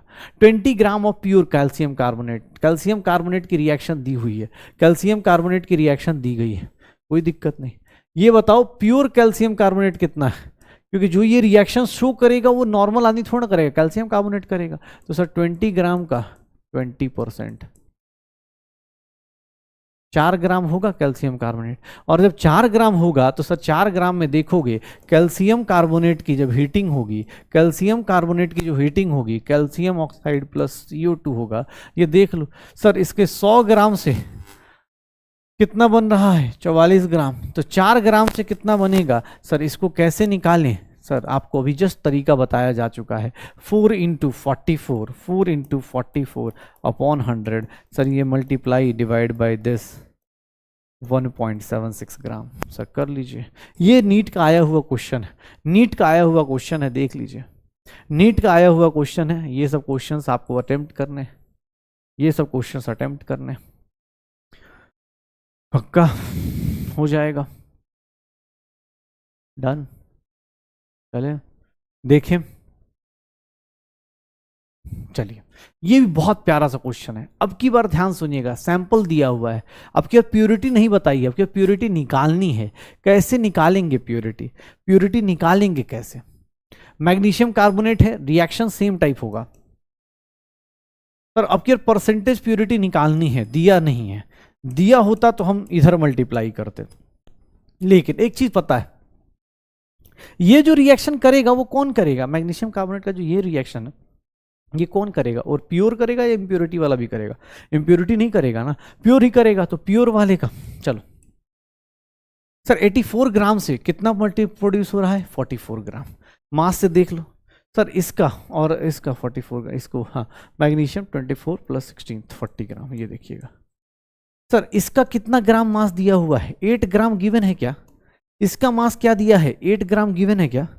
अगर मुझे 8 ग्राम गिवन है तो मैं इसका मास निकाल सकता हूं यूनिटरी मेथड, या मतलब बोल सकते हैं स्टोइचियोमेट्री से निकाल सकता हूं क्या, कितना होगा प्योर मैग्नीशियम कार्बोनेट का मास जो होगा, जो रिएक्शन में जा रहा है, प्योर मैग्नीशियम कार्बोनेट का मास कितना होगा सर, ये स्टैंडर्ड लिख सकता हूं। 8 ग्राम देखो मैग्नीशियम ऑक्साइड दिया हुआ है, 8 ग्राम दिया है, तो 8 से क्या करूंगा सर, इसका मास निकाल दो, 8 into 84 divide by 40,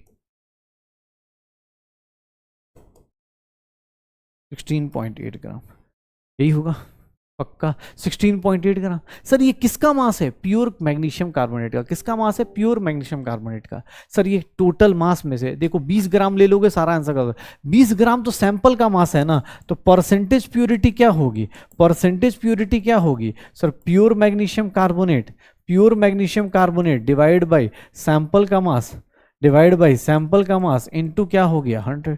pure magnesium carbonate कितना है 16.8, सैंपल का मास कितना है 20 इंटू 100, सर ये कितना हो गया 5, ये कितना हो गया 84% हो गया, कितना हो गया 84% हो गया, कितना हो गया 84% हो गया, बस यही कहानी है, 84% हो गया, श्योर है पक्का, डन। ऐसे ऐसे क्वेश्चंस मिलेंगे, करते चले जाओ। इस तरह के क्वेश्चंस आए हुए हैं। अगली बार हो सकता है प्रोडक्ट दिया है तो प्रोडक्ट से प्योर रिएक्टेंट निकालो और प्योर रिएक्टेंट से उसका सैंपल का मास निकालो, प्रोडक्ट से प्योर रिएक्टेंट निकालो, फिर प्योर रिएक्टेंट के बाद सैंपल का मास निकाल दो, हो जाएगा सर। श्योर हो? श्योर हो? चलो, प्योरिटी हो गई। प्योरिटी में क्या कॉन्सेप्ट है कि रिएक्टेंट अपने पास क्या होगा, सही नहीं दिया होगा। रिएक्टेंट का जो सैंपल लिया जाएगा वो सही नहीं लिया जाएगा, रिएक्टेंट का सैंपल सही नहीं लिया जाएगा। अब आते हैं कि सर अगर प्रोडक्ट ही बेकार बने तो, यील्ड ही बेकार हो तो, जैसे हमारे साथ होता है।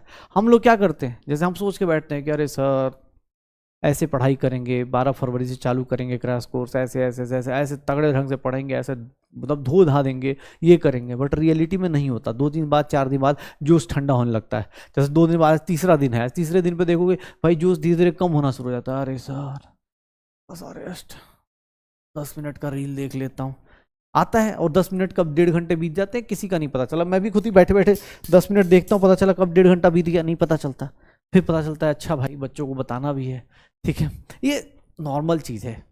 यील्ड का मतलब क्या हो भैया, इसी को बोलते हैं एफिशिएंसी। एफिशिएंसी आपकी फ्लक्चुएट करती है।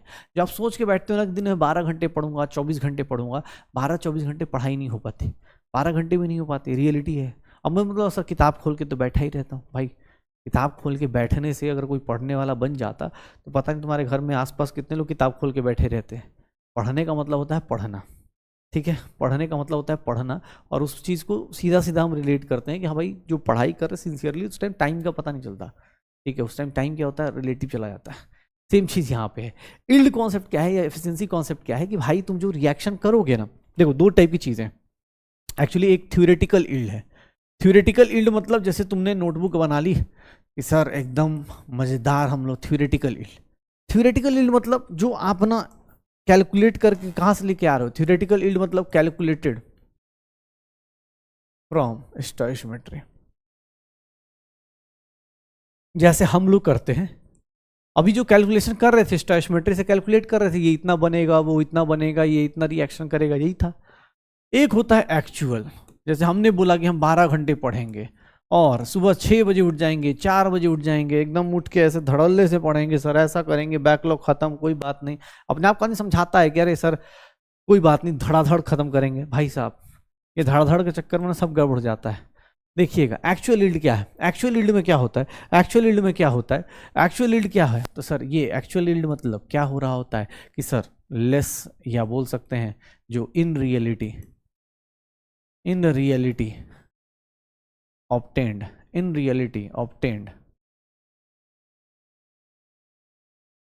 from system.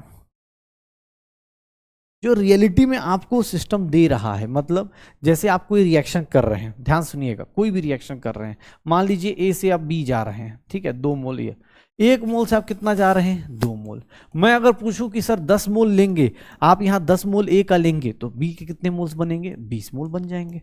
सर 1 मोल से 2 मोल जा रहे हैं, 10 मोल से 20 मोल जाएंगे। ये तो आपने थ्योरेटिकल निकाल दिया ना सर, ये आपका क्या है, 20 मोल क्या हो गया, थ्योरेटिकल हो गया। सर आपने सोचा कि अरे सर बहुत बढ़िया, ये सर मैं आपको गिवन दे दूं, ये आपको मैं गिवन दे दूं, मैं आपसे पूछूं कि भैया आप बताइए 10 मोल ए का दूंगा तो आप कितना बनाएंगे, आपने बोला सर 20 मोल बनाएंगे। थ्योरेटिकली यही बन जाएगा कि स्टोइचियोमेट्री यही कहता है कि 1 मोल से 2 मोल तो 10 मोल से क्या बन जाएगा, 20 मोल। लेकिन इसके बगल में ना लिखा हुआ है कि ये आदमी इतना अच्छा नहीं है, ये आदमी ना सर 75% यील्ड के साथ चल रहा है, 75% यील्ड के साथ या 75% एफिशिएंसी के साथ चल रहा है। अब तुम अलर्ट हो गए।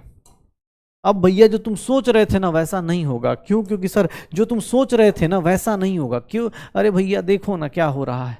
सर 1 मोल से 2 मोल, थ्योरेटिकली तो इतना आना चाहिए, बट एक्चुअल में पता है कितना आएगा, एक्चुअल यील्ड कितना होगा सर देखेंगे 20 मोल्स का, एक्चुअली हमारे पास 75 पाएगा। कितना हो गया सर, 3 और 4 कितना हो गया, 5। कितना मोल्स आ जाएंगे सर, एक्चुअली हमारे हाथ में कितना बी का आएगा, 15 मोल आएगा। कैसे पता चला सर, क्योंकि बगल में लिखा था इस रिएक्शन की एफिशिएंसी 75% है। जैसे हम लोग की एफिशिएंसी कितनी होती है, जो बहुत अच्छा पढ़ाई होता है उसकी 80-90% होती है। क्यों? क्योंकि 10 घंटे बैठेगा पढ़ने के लिए तो 8-9 घंटे पढ़ लेगा, मैक्सिमम बता रहा हूँ, पढ़ लेगा।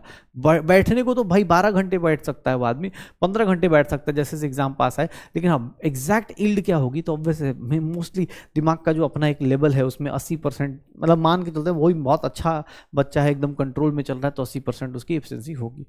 क्योंकि दिमाग कहीं ना कहीं भटकता ही रहता है। वो अच्छा बच्चा भी होगा तो यही सोचेगा कि मेरा एम्स होगा नहीं होगा, मेरा ये वाला कॉलेज होगा नहीं होगा, ये होगा होगा, वो कुछ ना कुछ बीच में थॉट्स आते रहते हैं। 10 घंटे में पूरे 10 घंटे पढ़ाई नहीं होती, 8 ही घंटे होती है मैक्सिमम। ठीक है, तो वही वाली चीज़ है, इसमें बच्चे का लिखा हुआ है कि 75% यील्ड है, इस रिएक्शन का 75% यील्ड है। मतलब थ्योरेटिकली आप जो निकाल के ला रहे हो ना 20 मोल, वो एग्जैक्ट हाथ में नहीं आएगा। कितना हाथ में आएगा? 15 मोल। सिमिलरली कोई उल्टा दे दे तो, कोई उल्टा दे दे तो, मान लो यही रिएक्शन दी हुई है ए से 2b। सर देखिएगा, अगर मैं देखूं कि इसका 10 मोल, इसके 10 मोल और इसका कितना बन रहा है, इसका 10 ही मोल बन रहा है, इसके 10 moles of A, 10 moles of ये गिवन है और यही मुझे मिल रहा है। बोला गया सर परसेंटेज यील्ड बताइए। अब बताओ परसेंटेज यील्ड कैसे निकालोगे? तो सर परसेंटेज यील्ड निकालने का एक तरीका ये होता है, ध्यान सुनना, परसेंटेज यील्ड निकालने का एक तरीका ये होता है, actual yield divide by theoretical yield, actual yield divide by theoretical yield into 100। ये परसेंटेज यील्ड निकालने का तरीका होता है। परसेंटेज यील्ड मतलब actual yield divide by theoretical yield into क्या करेंगे 100। सर देखिएगा एक्चुअली कितने हाथ में आया आपके 10।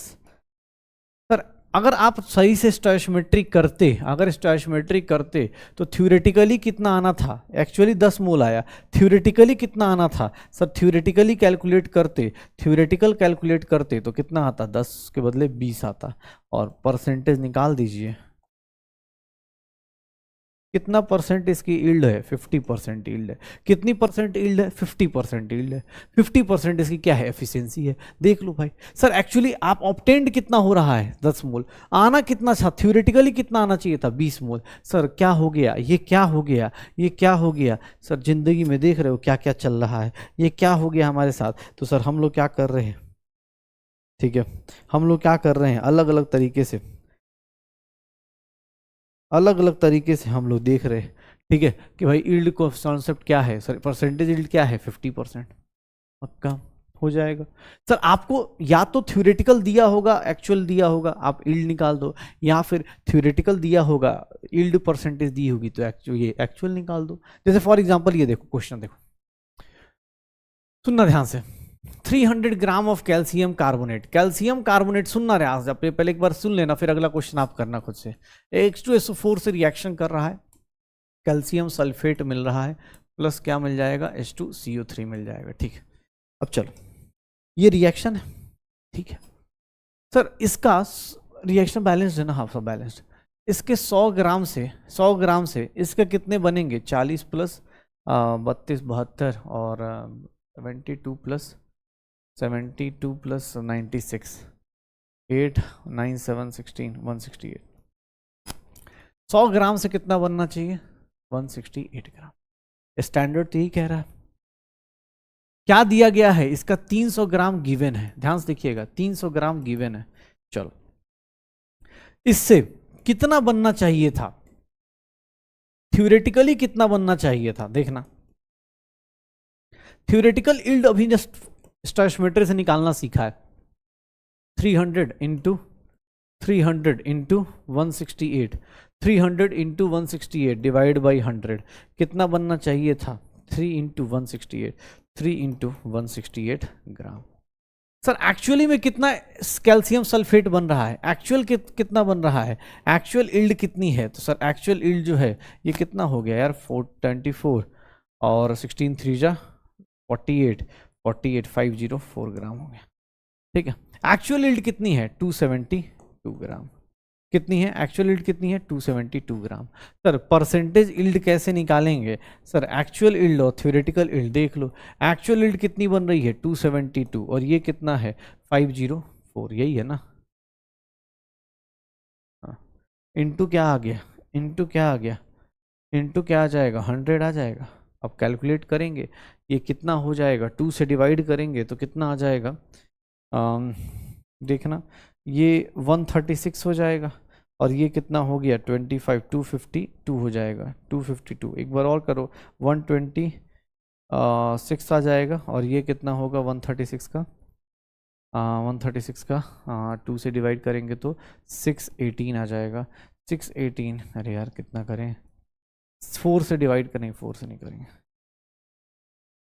17 से करें क्या, तो ये 4 टाइम्स हो गया और 17 के 17 से 126 है ना, तो 126 कितना हो जाएगा, 8 टाइम्स करें तो, और नहीं कितना हो जाएगा यार कैलकुलेशन, 68 कितना हो रहा है, एग्जैक्ट कितना हो रहा है 278, 168 ही था ना, हाँ कैल्शियम सल्फेट। चलो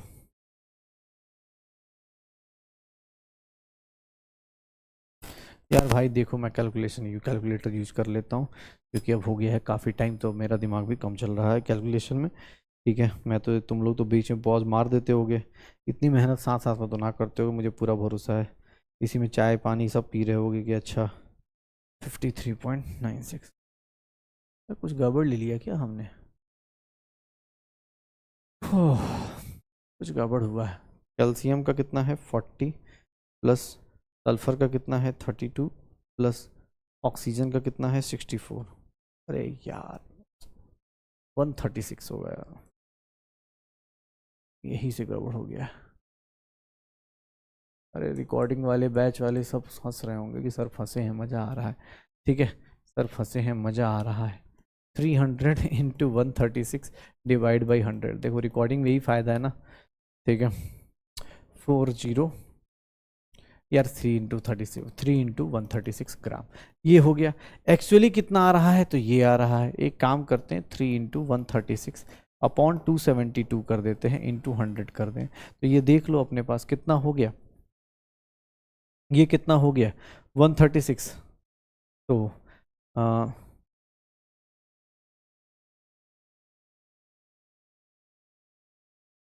उल्टा ही पुट किया ना, 272 divide by 3 into 136 into 100 put किया, तो ये कितना हो गया 2/3 इज नथिंग 66.66%। तो ये प्योरिटी ईल्ड का क्वेश्चन आ जाएगा।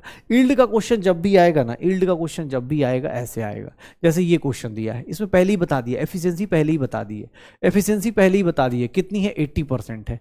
सर ये रिएक्शन देखो, ये क्वेश्चन जो लोग करना चाहते हैं प्लीज वीडियो पॉज करके अटेम्प्ट कर लो, वीडियो पॉज करके अटेम्प्ट कर लो। सर देखिएगा, सर 2 मोल से कितने मोल सी के बनने चाहिए हैं, 3 मोल्स ऑफ सी बनना चाहिए, यही बनना चाहिए। सर 20 मोल से कितने बनने चाहिए, सर कितने बनने चाहिए, थ्योरेटिकली तो हमें पता है, थ्योरेटिकली कितने बनने चाहिए सर, 20 इंटू 3 डिवाइड बाई 2 30 बनने चाहिए, 30 मोल्स। बट एक्चुअली में क्या 30 मिलेंगे क्या, नहीं सर, एक्चुअल यील्ड कितनी मिलेगी, 30 की नहीं मिलेगी, कितने की मिलेगी, 30 का 80% हमें मिलेगा, 30 का 80% मिलेगा, दैट इज 24 मोल्स ऑफ सी मिलेगा। कितना मिलेगा, 24 मोल्स ऑफ सी मिलेगा। सर देख लो एक्चुअल यील्ड कितना मिलेगा, 24 मोल्स ऑफ सी मिल जाएगा, 24 मोल्स ऑफ सी मिल जाएगा। चलो भाई, अब इसका ना लास्ट मोमेंट, मतलब स्टोइचियोमेट्री का लास्ट टॉपिक क्या है, तो वो है लिमिटिंग रिएजेंट। लिमिटिंग रिएजेंट को शॉर्टकट में क्या बोलते हैं, LR.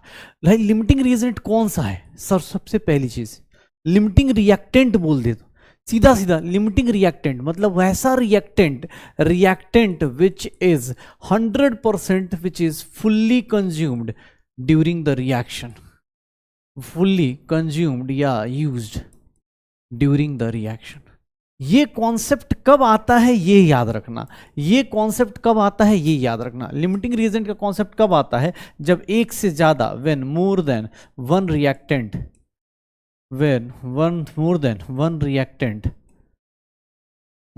One reactants quantity is given. अगर एक रिएक्टेंट से ज्यादा ही क्वांटिटी गिवन है, when more than one reactants quantity is given. अगर एक रिएक्टेंट की क्वांटिटी से ज्यादा लोगों की, मतलब एक से ज्यादा 2 3 4 लोगों की अगर रिएक्टेंट की क्वांटिटी दी हुई है, तो उस केस में हमारा क्या होता है, लिमिटिंग रिएजेंट का कॉन्सेप्ट आता है। मतलब कि सर जब दो रिएक्टेंट हो तो, जैसे अभी क्या हो रहा था, अभी तक स्टोइकियोमेट्री में क्या हो रहा था कि एक रिएक्टेंट दिया है, एक प्रोडक्ट दिया है, आपस में रिलेट कर लो। लेकिन अगर एक से ज्यादा दे दिया जाए तो, जैसे फॉर एग्जांपल ये देखो,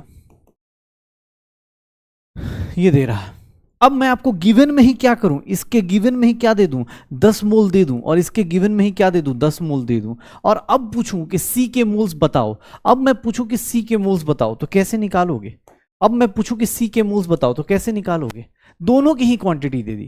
पहले एक बंदा था तो एक बंदे में मुझे टेंशन नहीं थी, लेकिन अगर अब दोनों की ही क्वांटिटी दे दी गई मुझे, तो उस केस में क्या करेंगे, उस केस में क्या होगा, देखो सर कुछ नहीं करना, जो गिवन है ना, आपको एक सिंपल सा तरीका बताता हूं, अभी एक शॉर्टकट ही बता दूंगा। शॉर्टकट ये होता है, अगर मोल्स दिए हुए हैं, शॉर्टकट ये होता है, ठीक है, मोल्स दिए हुए हैं तो आपको कुछ नहीं, जो गिवन मोल्स हैं by stoichiometric coefficient, given moles upon stoichiometric coefficient का, स्टोइकियोमेट्रिक कोफिशिएंट का रेशियो ले लो, स्टोइकियोमेट्रिक कोफिशिएंट का रेशियो ले लो, जो स्मॉलेस्ट वाला होगा, smallest will be limiting reagent, smallest will be limiting reagent.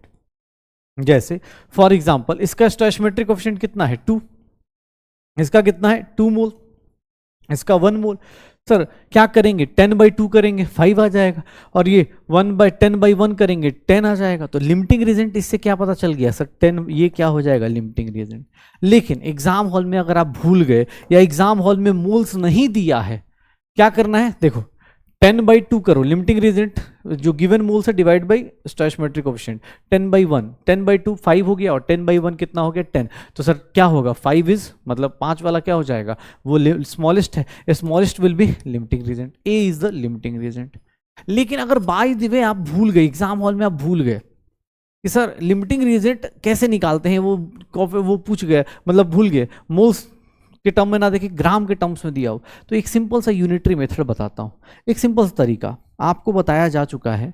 अगर मैं ऐसा लिख देता हूं, फॉर कंप्लीट रिएक्शन, ध्यान से देखना, for complete reaction of 10 moles of A, for complete reaction of 10 moles of A, mole of B कितना रिक्वायर्ड होगा, मोल्स ऑफ बी कितना रिक्वायर्ड होगा। अगर सोचो पूरा का पूरा 10 मोल ए का रिएक्ट कर जाए तो स्टोइकियोमेट्री से निकाल सकते हो बी के कितने मोल्स चाहिए होंगे, 10 × 1 डिवाइड बाई 2 लिख सकता हूं, 10 × 1 डिवाइड बाई 2 लिख सकता हूं, 5 मोल। देखना सर आपने बी के मोल्स पहले निकालने हैं, ए का मोल्स छोड़ दो, ए के मोल्स पूरा का पूरा रिएक्ट कर जाए तो बी के कितने मोल्स चाहिए होंगे 5 मोल। और उल्टा देख के लिख के देखो, for complete reaction of 10 moles of B, अगर बी के पूरे 10 मोल्स रिएक्ट कर जाते तो भैया मोल्स ऑफ ए क्या रिक्वायर्ड होगा, मोल्स ऑफ ए क्या रिक्वायर्ड होगा, मोल्स ऑफ ए क्या रिक्वायर्ड होगा। सर देखिएगा अगर ए के मोल्स हटा दीजिए, अब देखिएगा स्टोइकियोमेट्री लगाइए, 10 × 2 डिवाइड बाई 1 क्या हो गया 20 मोल। क्या सर अब देखिएगा कौन सा पॉसिबल रिएक्शन पॉसिबल है, सर ये रिएक्शन पॉसिबल होगा, ये रिएक्शन पॉसिबल नहीं होगा। क्यों? क्योंकि सर 10 मोल ये पूरा रिएक्ट करेगा तो इसके 5 ही मोल रिएक्ट करेंगे, 10 मोल दिए हैं सही है, लेकिन अगर इसके 10 मोल रिएक्ट कराने हैं तो ए के कितने चाहिए होंगे 20 मोल, ए के कितने चाहिए होंगे 20 मोल, तो भैया ए के कितने चाहिए होंगे 20 मोल, और 20 मोल आपको दिया नहीं है, ए के 20 मोल्स नहीं गिवन है, तो ये रिएक्शन पॉसिबल नहीं होगी। तो सर लिमिटिंग रिएजेंट कौन खत्म हो सकता है according to completion, limiting reagent अभी भी कौन आया, ए आया, मतलब ए डिसाइड करेगा सी के मोल्स कितने होंगे, ए डिसाइड करेगा सी के मोल्स कितने होंगे, और मोल्स ऑफ सी कैसे निकालें, सर ए डिसाइड करेगा, गिवन है, गिवन को किससे मल्टीप्लाई कर दो सर इसके स्टैंडर्ड से, डिवाइड बाई क्या कर दो डी, तो लिमिटिंग रिएजेंट ऐसे निकाल सकते हैं। ये शॉर्टकट भी आप यूज कर सकते हो, ये शॉर्टकट भी यूज कर सकते हो, मोल्स अपॉन स्टोइकियोमेट्रिक कोएफिशिएंट का रेशियो ले लो, जो स्मॉलेस्ट रेशियो आएगा वही आपका लिमिटिंग रिएजेंट होगा। लेकिन हाँ अगर मोल्स नहीं दिया है, मास दिया हो तो आप ऐसे लिख के, वॉल्यूम दिया हो आप ऐसे लिख के आंसर निकाल सकते हो। लिमिटिंग रिएजेंट कौन है, जो कंप्लीटली खत्म हो जाता है, जैसे कैसे इसमें देखो ना, ए कंप्लीटली खत्म हो जाएगा तो बी के कितने मोल्स रिएक्ट करेंगे 5, और ए एक बार खत्म हो गया, ए खत्म हो गया रिएक्शन रुक जाएगी, जाएगी, लिमिट लग जाएगी। लिमिटिंग रिएक्शन मतलब सर इसके खत्म होते ही जैसे ही ये रिएक्टेंट फिनिश हुआ सर ऑब्वियस रिएक्शन आगे नहीं जाएगी। रिएक्शन जब आगे नहीं जाएगी ऑब्वियस इसने क्या किया, लिमिट लगा दिया। ए का खत्म होते ही रिएक्शन क्या हो गई, स्टॉप हो गई। तो लिमिटिंग रिएक्टेंट क्या है सर, वो reactant this is fully consumed, जो पूरा का पूरा कंज्यूम हो जाए, विच इज फुल्ली कंज्यूम्ड और ड्यूरिंग रिएक्शन पूरा का पूरा जीरो हो जाए। सिंपल सा, कहीं भी देखोगे ना, जैसे देखो ये देखो, अब मान लो ये रिएक्शन है, अगर मैं गिवन में ही लिख दूं, ध्यान से देखना, अगर मैं गिवन में ही लिख दूं कि सर मैं इसका 10 ग्राम और इसका 40 ग्राम ले रहा हूं, अब गिवन में मैंने पहले ही दे दिया, अब मैं बोल रहा हूं बताओ H2O का मास कितना बनेगा, बताओ H2O का मास कितना बनेगा। अब तुम कंफ्यूज हो गए कि सर मोल्स दिया होता तो ट्रिक लग जाता, लेकिन अगर मास दिया है तो क्या ट्रिक लगाएं, तो भैया कुछ नहीं करना, आपको बेसिक चीज पकड़िए। ये देखिएगा, ये 4 ग्राम है, ये कितना है 4 ग्राम है, ये कितना है सर 32 ग्राम है। सर एक बात बताइए, मैं एक लाइन लिखता हूं, बस एग्जाम हॉल में ये लिखना, एक बार एक कंडीशन लिखना कि अगर complete 10 gram of complete reaction of for complete reaction of 10 gram of hydrogen, अगर 10 ग्राम हाइड्रोजन कंप्लीटली रिएक्ट करे तो मास ऑफ ऑक्सीजन कितना रिक्वायर्ड होगा, मास ऑफ ऑक्सीजन कितना रिक्वायर्ड होगा। सर ये 10 ग्राम पूरा का पूरा रिएक्ट करेगा तो 10 इंटू 32 डिवाइडेड बाई 4 हो गया। सर 80 ग्राम O2 चाहिए, 80 ग्राम O2 है क्या, 80 ग्राम O2 है क्या, नहीं है ना, 80 ग्राम O2 है क्या, नहीं है, मतलब हाइड्रोजन पूरा रिएक्ट नहीं कर सकता, क्योंकि हाइड्रोजन का 10 ग्राम अगर पूरा रिएक्ट करना होता तो 80 ग्राम हाइड्रो ऑक्सीजन चाहिए, उतना नहीं है। उल्टा सोचो, एक बार उल्टा सोचो, जो रिएक्शन पॉसिबली खत्म हो जाए, पूरा का पूरा रिएक्ट कर जाए for complete reaction of 40 gram of oxygen, 40 gram oxygen के लिए mass of O2 required, hydrogen required, mass of H2 required.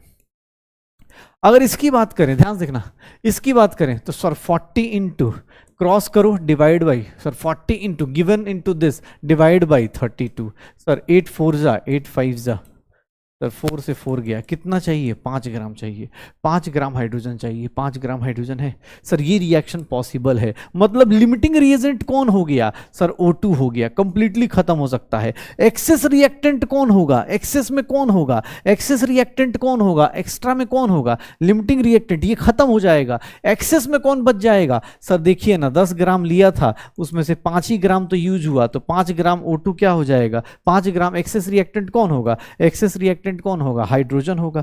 Access reactant कौन होगा, हाइड्रोजन होगा, 5 ग्राम बच जाएगा। लिमिटिंग रिएक्टेंट, एक्सेस रिएक्टेंट, और अगर मैं पूछूं mass of H2O, mass of H2O कितना बनेगा, तो सर मास ऑफ H2O कौन डिसाइड करेगा। अब sir mass of H2O decide करेगा कौन, sir mass of H2O decide करने वाला कौन होगा, ऑक्सीजन डिसाइड करेगा। क्यों, क्योंकि वो लिमिटिंग रिएजेंट है।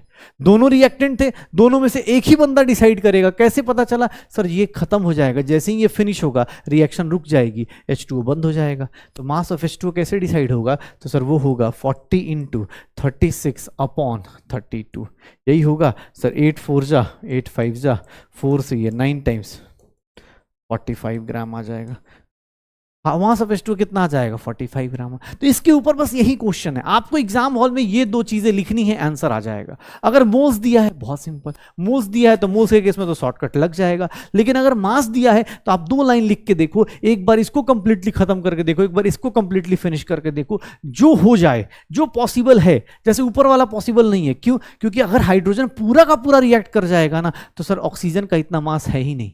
10 ग्राम पूरा रिएक्ट करना चाहिए तो उसके लिए ऑक्सीजन कितना चाहिए, 80 ग्राम, है ही नहीं, 80 ग्राम दिया ही नहीं है, 40 ग्राम दिया हुआ है। तो लिमिटिंग रिएजेंट क्या है, लिमिटिंग रिएक्टेंट क्या है, एक ऐसा रिएक्टेंट जो कंप्लीटली फिनिश हो जाता है। कैसे पहचानते हैं, एग्जाम हॉल में 2 लाइन लिख के पहचानते हैं। इससे मुझे लिमिटिंग रिएक्टेंट मिल जाता है, एक्सेस रिएक्टेंट मिल जाता है, और ये भी पता चलता है कि प्रोडक्ट कितना बनेगा कितना नहीं बनेगा। पक्का, चलिए बताइए, क्वेश्चंस चालू कीजिए। स्टोइचियोमेट्री फिनिश करते हैं। लिमिटिंग रिएक्टेंट क्या होगा, दैट रिएक्टेंट जिसका कुछ अमाउंट बच जाए, नहीं सर, जो कंप्लीटली क्या हो जाए, रिएक्ट कर जाए, जो कंप्लीटली क्या हो जाए, रिएक्ट कर जाए। ध्यान से देखिएगा, अब इस क्वेश्चन को देखिएगा। अब आपके सामने ये रिएक्शन लिखी थी मैंने थोड़ी देर पहले, अब देखिए इसमें निकालिए। अब मोल्स के केस में तो आप इस यूनिट फटाफट निकाल सकते हैं, यहां नहीं निकाल पाएंगे। आपको पूरा ये 8 ग्राम दिया है, ये कितना दिया है, 32 ग्राम, ये कितना दिया। अब ये दोनों गिवन है, आपको स्टेटमेंट लिखनी है क्लास में, एग्जाम हॉल में। ऐसे दिख गया, मुझे तो दिख गया भाई। कैसे? तो देख लो, यहाँ पे मास ऑफ वाटर भी निकालना है 36 ग्राम। देखो कैसे दिख गया, लिमिटिंग रेट मुझे पहले ही दिख गया। कैसे सर? रिएक्शन को पढ़ के देखो, 32 ग्राम ऑक्सीजन के लिए कितना चाहिए? 4 ग्राम चाहिए। 32 ग्राम ऑक्सीजन के लिए 8 ग्राम दिया, यही कंप्लीटली रिएक्ट करेगा। कैसे? तुम नहीं करना चाहते तो लिख के करो। For complete reaction of 8 gram of hydrogen, 8 gram hydrogen complete reaction होगा तो मास ऑफ O2 कितना रिक्वायर्ड होगा? सर मास ऑफ O2 कितना रिक्वायर्ड होगा? मास ऑफ O2 कितना रिक्वायर्ड होगा? तो sir 8 gram, 8 into 32 divided by 4, sir कितना रिक्वायर्ड होगा? 64 ग्राम रिक्वायर्ड होगा। उतना है ही नहीं, तो ये पॉसिबल है नहीं। उल्टा चेक कर लेते हैं। For complete reaction of 32 gram of O2, ऐसे तो पता चल गया है लेकिन फिर भी अब निकाल देते हैं। मास ऑफ H2 कितना रिक्वायर्ड होगा? मास ऑफ H2 कितना रिक्वायर्ड होगा? निकालो सर। 32 इंटू 4 डिवाइड बाई 32 कितना होगा? 4 ग्राम होगा। मतलब सर लिमिटिंग रिएजेंट कौन होगा? लिमिटिंग रिएजेंट जो फिनिश होने वाला है ऑक्सीजन। एक्सेस रिएक्टेंट कौन होगा? एक्सेस रिएक्टेंट कौन होगा? एक्सेस रिएक्टेंट होगा हाइड्रोजन। कितना बचेगा? अनरिएक्टेड हाइड्रोजन कितना बच जाएगा? कितना हाइड्रोजन बच जाएगा? सर 8 ग्राम में से कितना ग्राम रिएक्ट करेगा? देख लो, 4 ही ग्राम रिएक्ट करेगा, 4 ग्राम हाइड्रोजन अनरिएक्टेड बचेगा। Sir what is mass of H2? H2O का मास कितना प्रोड्यूस होगा? मास ऑफ H2O प्रोड्यूस कितना होगा? तो sir mass of H2O produce कुछ नहीं, निकालोगे सर कितना होगा? ये मेरा लिमिटिंग रीजेंट है, ये डिसाइड करेगा। सर 32 इंटू 36 डिवाइड बाई 32, 36 ग्राम कितना हो जाएगा? 36 ग्राम। सर लिमिटिंग रीजेंट कौन है? ऑक्सीजन है, ठीक है। नहीं सर, हाइड्रोजन लिमिटिंग रीजेंट नहीं है। 40 ग्राम पानी नहीं, 36 ग्राम। ए इज द करेक्ट आंसर। निकालो। अब यहां पर देखो, इक्वल वॉल्यूम दिया है, वॉल्यूम इक्वल दिया है। सर एक बार रिएक्शन को लिख के देखो, इक्वल वॉल्यूम दिया है। इक्वल वॉल्यूम मतलब क्या हो गया? सर इसको देखेंगे तो क्या लिख सकते हैं? 22.4 लीटर, 3 इंटू 22.4 लीटर, और इसका क्या हो जाएगा? 2 इंटू, इसको मैं ऐसे भी तो लिख सकता हूं, इसको मैं 22.4 से डिवाइड कर दूं तो इसको 1 लीटर, इसको 3 लीटर, और इसको कितना लिख सकता हूं? 2 लीटर लिख सकता हूं। याद करो, स्टैंडर्ड कंडीशन में लिख सकते थे। अगर दोनों का इक्वल वॉल्यूम है, इसका भी x लीटर ले लेता हूं और इसका भी x लीटर ले लेता हूं, जो एग्जाम हॉल में गिवन है, जो एग्जाम हॉल में गिवन है। बताओगे 1 लीटर के लिए कितना चाहिए होगा? 3, तो x लीटर के लिए कितना चाहिए होगा? 3x, जो कि पॉसिबल नहीं है। कैसे? लिख लो, फिर से लिखो। Sir for complete reaction of x litre of nitrogen, ऐसे तो खुद से ही पढ़ के देख सकते हो ना। 1 लीटर के लिए कितना चाहिए? 3 लीटर, तो x लीटर के लिए कितना चाहिए? 3 लीटर, 3x लीटर, उतना नहीं है। अगर ये लिमिटिंग रिएजेंट नहीं है तो यही क्या हो जाएगा? लिमिटिंग रिएजेंट हो जाएगा। लिमिटिंग रिएजेंट कौन हो जाएगा? हाइड्रोजन हो जाएगा। Hydrogen is the limiting reagent.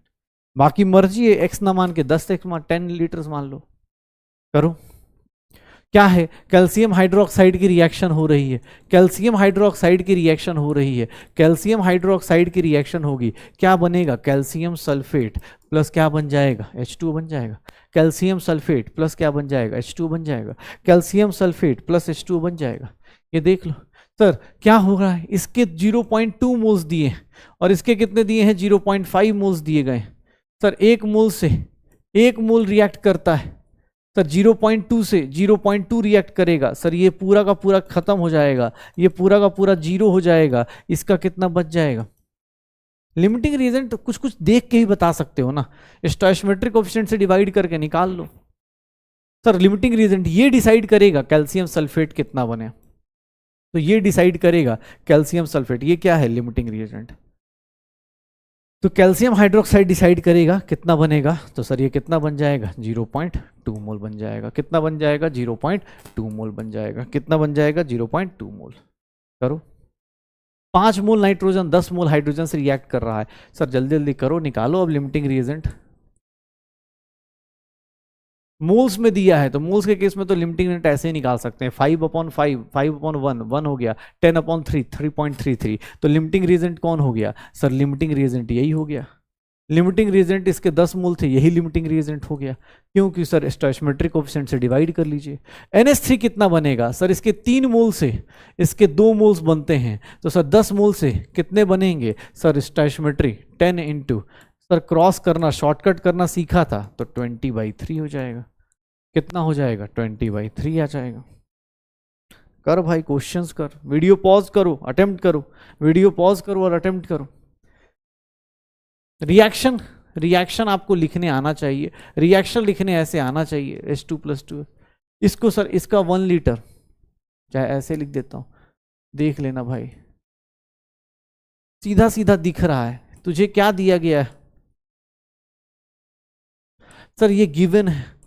Limiting reagent कौन होगा सर? लिमिटिंग रिएजेंट यही होगा। कैसे सर, एक बात बताओ, 22.4 लीटर के लिए कितना चाहिए? 22.4 इतना दिया है क्या? नहीं ना, तो इसका मतलब बेकार हो गया। इसके 22.4 के लिए 22.4, तो 11.2 के लिए 11.2 चाहिए, निकाल लेंगे, यही लिमिटिंग रिएजेंट होगा। सर इसके कितने मोल्स बनेंगे? सर क्या करें, इसके मोल्स निकालने हैं, ये गिवन है 11.2 इंटू 2 डिवाइड बाई 22.4, 11.2 ये कितना हो गया? 2, 1 मोल हो जाएगा। कितना हो जाएगा? 1 मोल HCl, 1 मोल HCl। चलिए निकालिए अब इसके सबके स्टोइचियोमेट्रिक को। लिमिटिंग रिएजेंट कौन हो जाएगा? सीधा सीधा इसमें लिमिटिंग रिएजेंट कौन होगा सर? 8/2 4 हो गया, 5/1 1 हो गया। लिमिटिंग रिएजेंट कौन होगा? P। और P डिसाइड करेगा कि R कितने मोल्स बनने हैं, तो P डिसाइड करेगा R कितने मोल्स बनने हैं। 2 मोल से 1 मोल, तो 8 मोल से कितना बनेगा सर? ये कितना बनेगा मोल में? स्टोइचियोमेट्रिक कोएफिशिएंट लगाओ, 8 इंटू 1 डिवाइड बाई 2 कितना हो गया? 4 मोल हो गया, 4 मोल्स ऑफ R। बस भाई, अब इतने क्वेश्चन क्रैश कोर्स में कर रहे हो, करो भाई, तुम खुद से करो, कितना रिएजेंट बनेगा, कैसे बनेगा, लिमिटिंग रिएजेंट निकालो, क्या होगा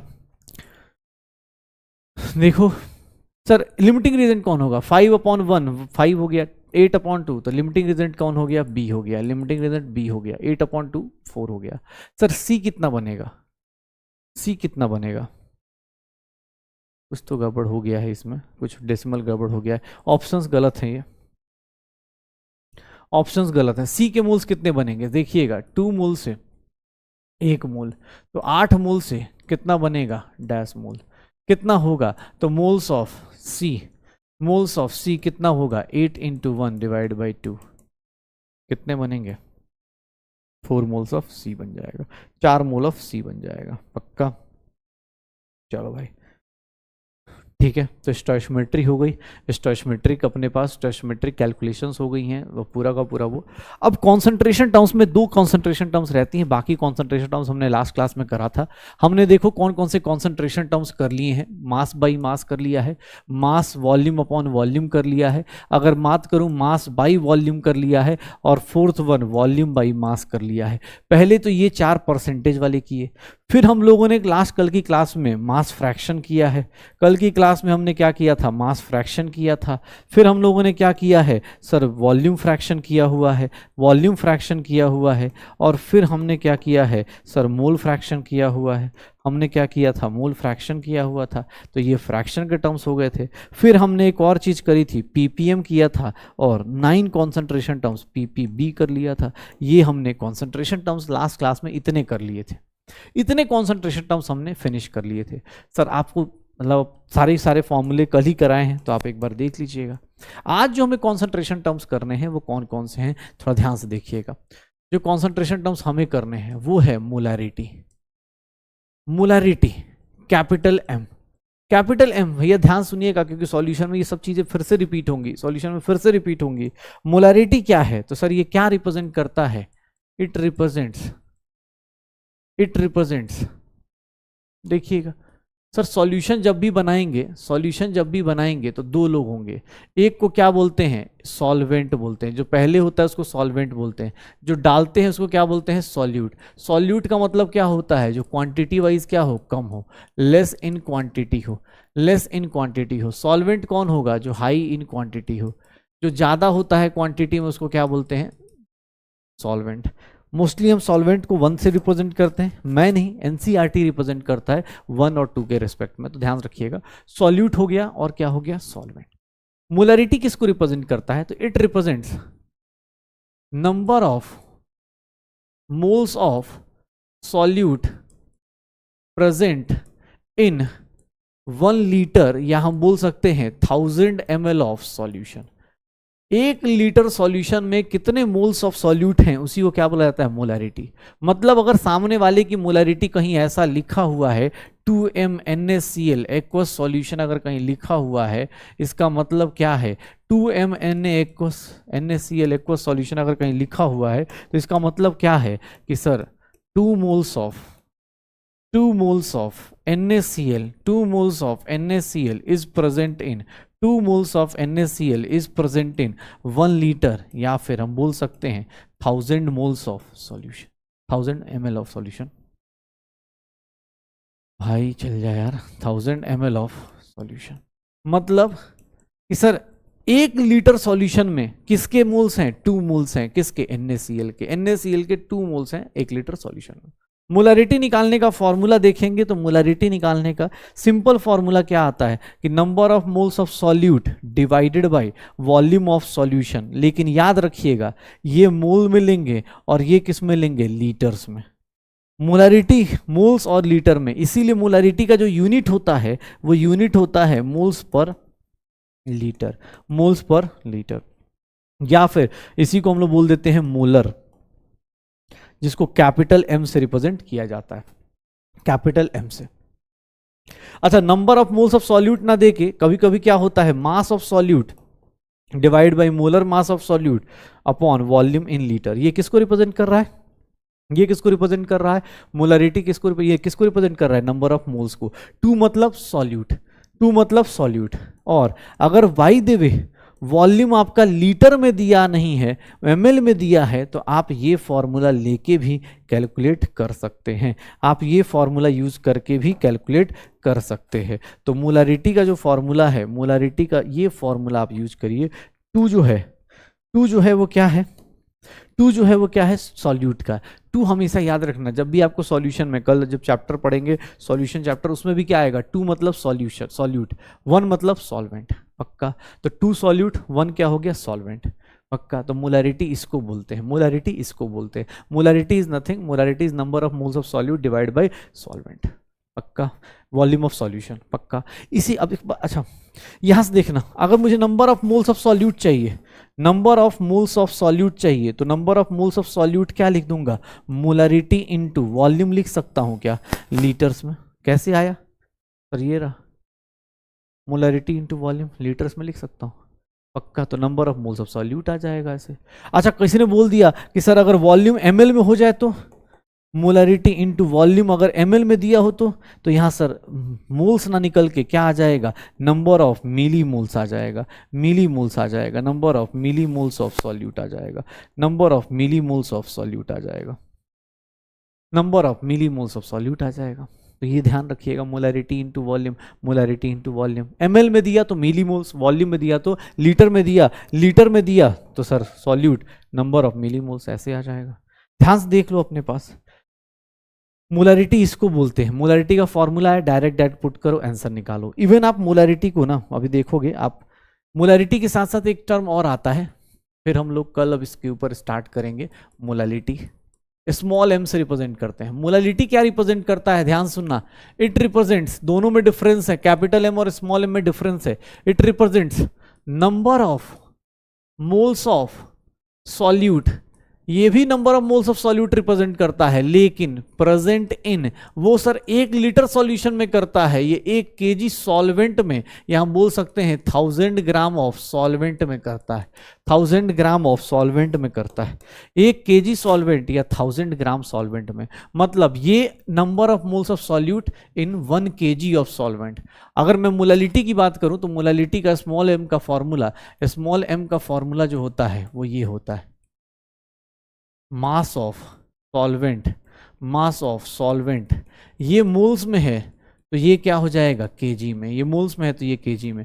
तो मोलैरिटी का फॉर्मूला यूनिट जो होता है वो क्या होता है, मोल्स पर केजी होता है, या फिर इसी को N2 बाई W1 भी लिख सकते हैं। W1 किस में लेना है, केजी में, या फिर N2 number of moles of solute को क्या लिख सकते हैं, सर ये लिख सकते हैं गिवन मास। W मतलब गिवन मास, M मतलब मोलर मास, और देखोगे W2 upon M2 into 1000 upon क्या हो जाएगा W1। ये अगर ग्राम में दिया है तो हम इस फॉर्मूले को यूज करेंगे, इस फॉर्मूले को यूज करेंगे। इसका यूनिट को हम लोग मोलल भी बोल देते हैं, इस यूनिट को हम लोग क्या बोलते हैं, मोलल, स्मॉल एम से रिप्रेजेंट करते हैं, तो भाई टोटल देखोगे तो हमारे पास कॉन्सेंट्रेशन टर्म्स 9 तो हमने पहले कर रखे हैं, 2 अभी हम लोग कर रहे हैं। इसके ऊपर की कहानी और जो है वो अगली क्लास में, क्योंकि बहुत ज़्यादा टाइम हो जाएगा आपके लिए, अगली क्लास में इसके ऊपर के न्यूमेरिकल्स, इसके ऊपर और जो कहानी है मिक्सिंग में क्या होता है, डाइल्यूशन में क्या होता है, ये सारी कहानी हम लोग अगली क्लास में जरूर करेंगे, टेंशन मत लीजिएगा। कोई बोले कि अरे सर आज के लिए आपका मेजर जो फोकस होना चाहिए वो होना चाहिए स्टोइशियोमेट्री पे, क्योंकि ये अच्छा कॉन्सेप्ट है स्टोइशियोमेट्री, और इसके अंदर जो प्यूरिटी का कॉन्सेप्ट है, इसके अंदर जो यील्ड का कॉन्सेप्ट है, इसके अंदर जो लिमिटिंग रिएजेंट का कॉन्सेप्ट है, ये कॉन्सेप्ट अच्छे से कीजिएगा। बाकी मिनिमम मॉलिक्यूलर मास मैंने आपको बता दिया है, मिनिमम मॉलिक्यूलर मास के बाद मैंने इंपेरिकल फार्मूला और मॉलिक्यूलर फार्मूला ये सब कुछ कैलकुलेट करना बताया है सर। बाकी कॉन्सेंट्रेशन टर्म्स हम लोग एक बार कल फिर से करेंगे, याद करके रिवाइज करके आइएगा, क्योंकि कल कॉन्सेंट्रेशन टर्म्स के ऊपर बहुत सारे न्यूमेरिकल्स आपका वेट कर रहे होंगे। कल आपके कॉन्सेंट्रेशन टर्म्स के ऊपर न्यूमेरिकल्स आपका वेट कर रहे होंगे, डीपीपी प्लस रिवीजन। कोई बोले सर कॉन्सेंट्रेशन टर्म्स आधा रह गया, नहीं, कॉन्सेंट्रेशन टर्म्स सॉल्यूशन चैप्टर का पहला टॉपिक है, तो यहाँ से जो पढ़ना, जहाँ खत्म कर रहे हैं उसी का बड़ा भाई कल आ जाएगा, और वहाँ पर हम लोग कॉन्सेंट्रेशन टर्म्स को फिर से पहले इस आधे घंटे में हम लोग कॉन्सेंट्रेशन टर्म्स ही करने वाले हैं। तो डोंट वरी, अभी बस बता दिया, बेसिक डेफिनेशन बता दी, कल वेट करिए, कल के चैप्टर में आपको मिल जाएगा। ओके, हमारे पास मूल कॉन्सेप्ट का जो 11th वाला पोर्शन है वो पूरा का पूरा फिनिश हो चुका है, मतलब हमने सब कुछ 11th का ऑलमोस्ट सब कुछ कवर कर लिया है। जितना अलग अलग हो सकते हैं मैंने भाई जितने क्वेश्चंस मैं करा सकता हूँ कम टाइम में, मैंने लिमिटिंग रिएजेंट के हों चाहे स्टोइशियोमेट्री के हों, क्वेश्चंस मैंने कराए हैं। बट फिर भी अगर किसी को लगता हो तो भाई आप डीवीपी प्लीज़ प्रैक्टिस कीजिए, डीवीपी का सॉल्यूशन देखिए, आप प्रीवियस ईयर क्वेश्चंस कर लीजिए, मोस्ट वांटेड नीट केमिस्ट्री कर लीजिए 45 दिन वाला, क्वेश्चंस प्रैक्टिस करते जाइए। ओके, कोशिश कीजिएगा जितना ज़्यादा हो सकता है, कोशिश करते हैं।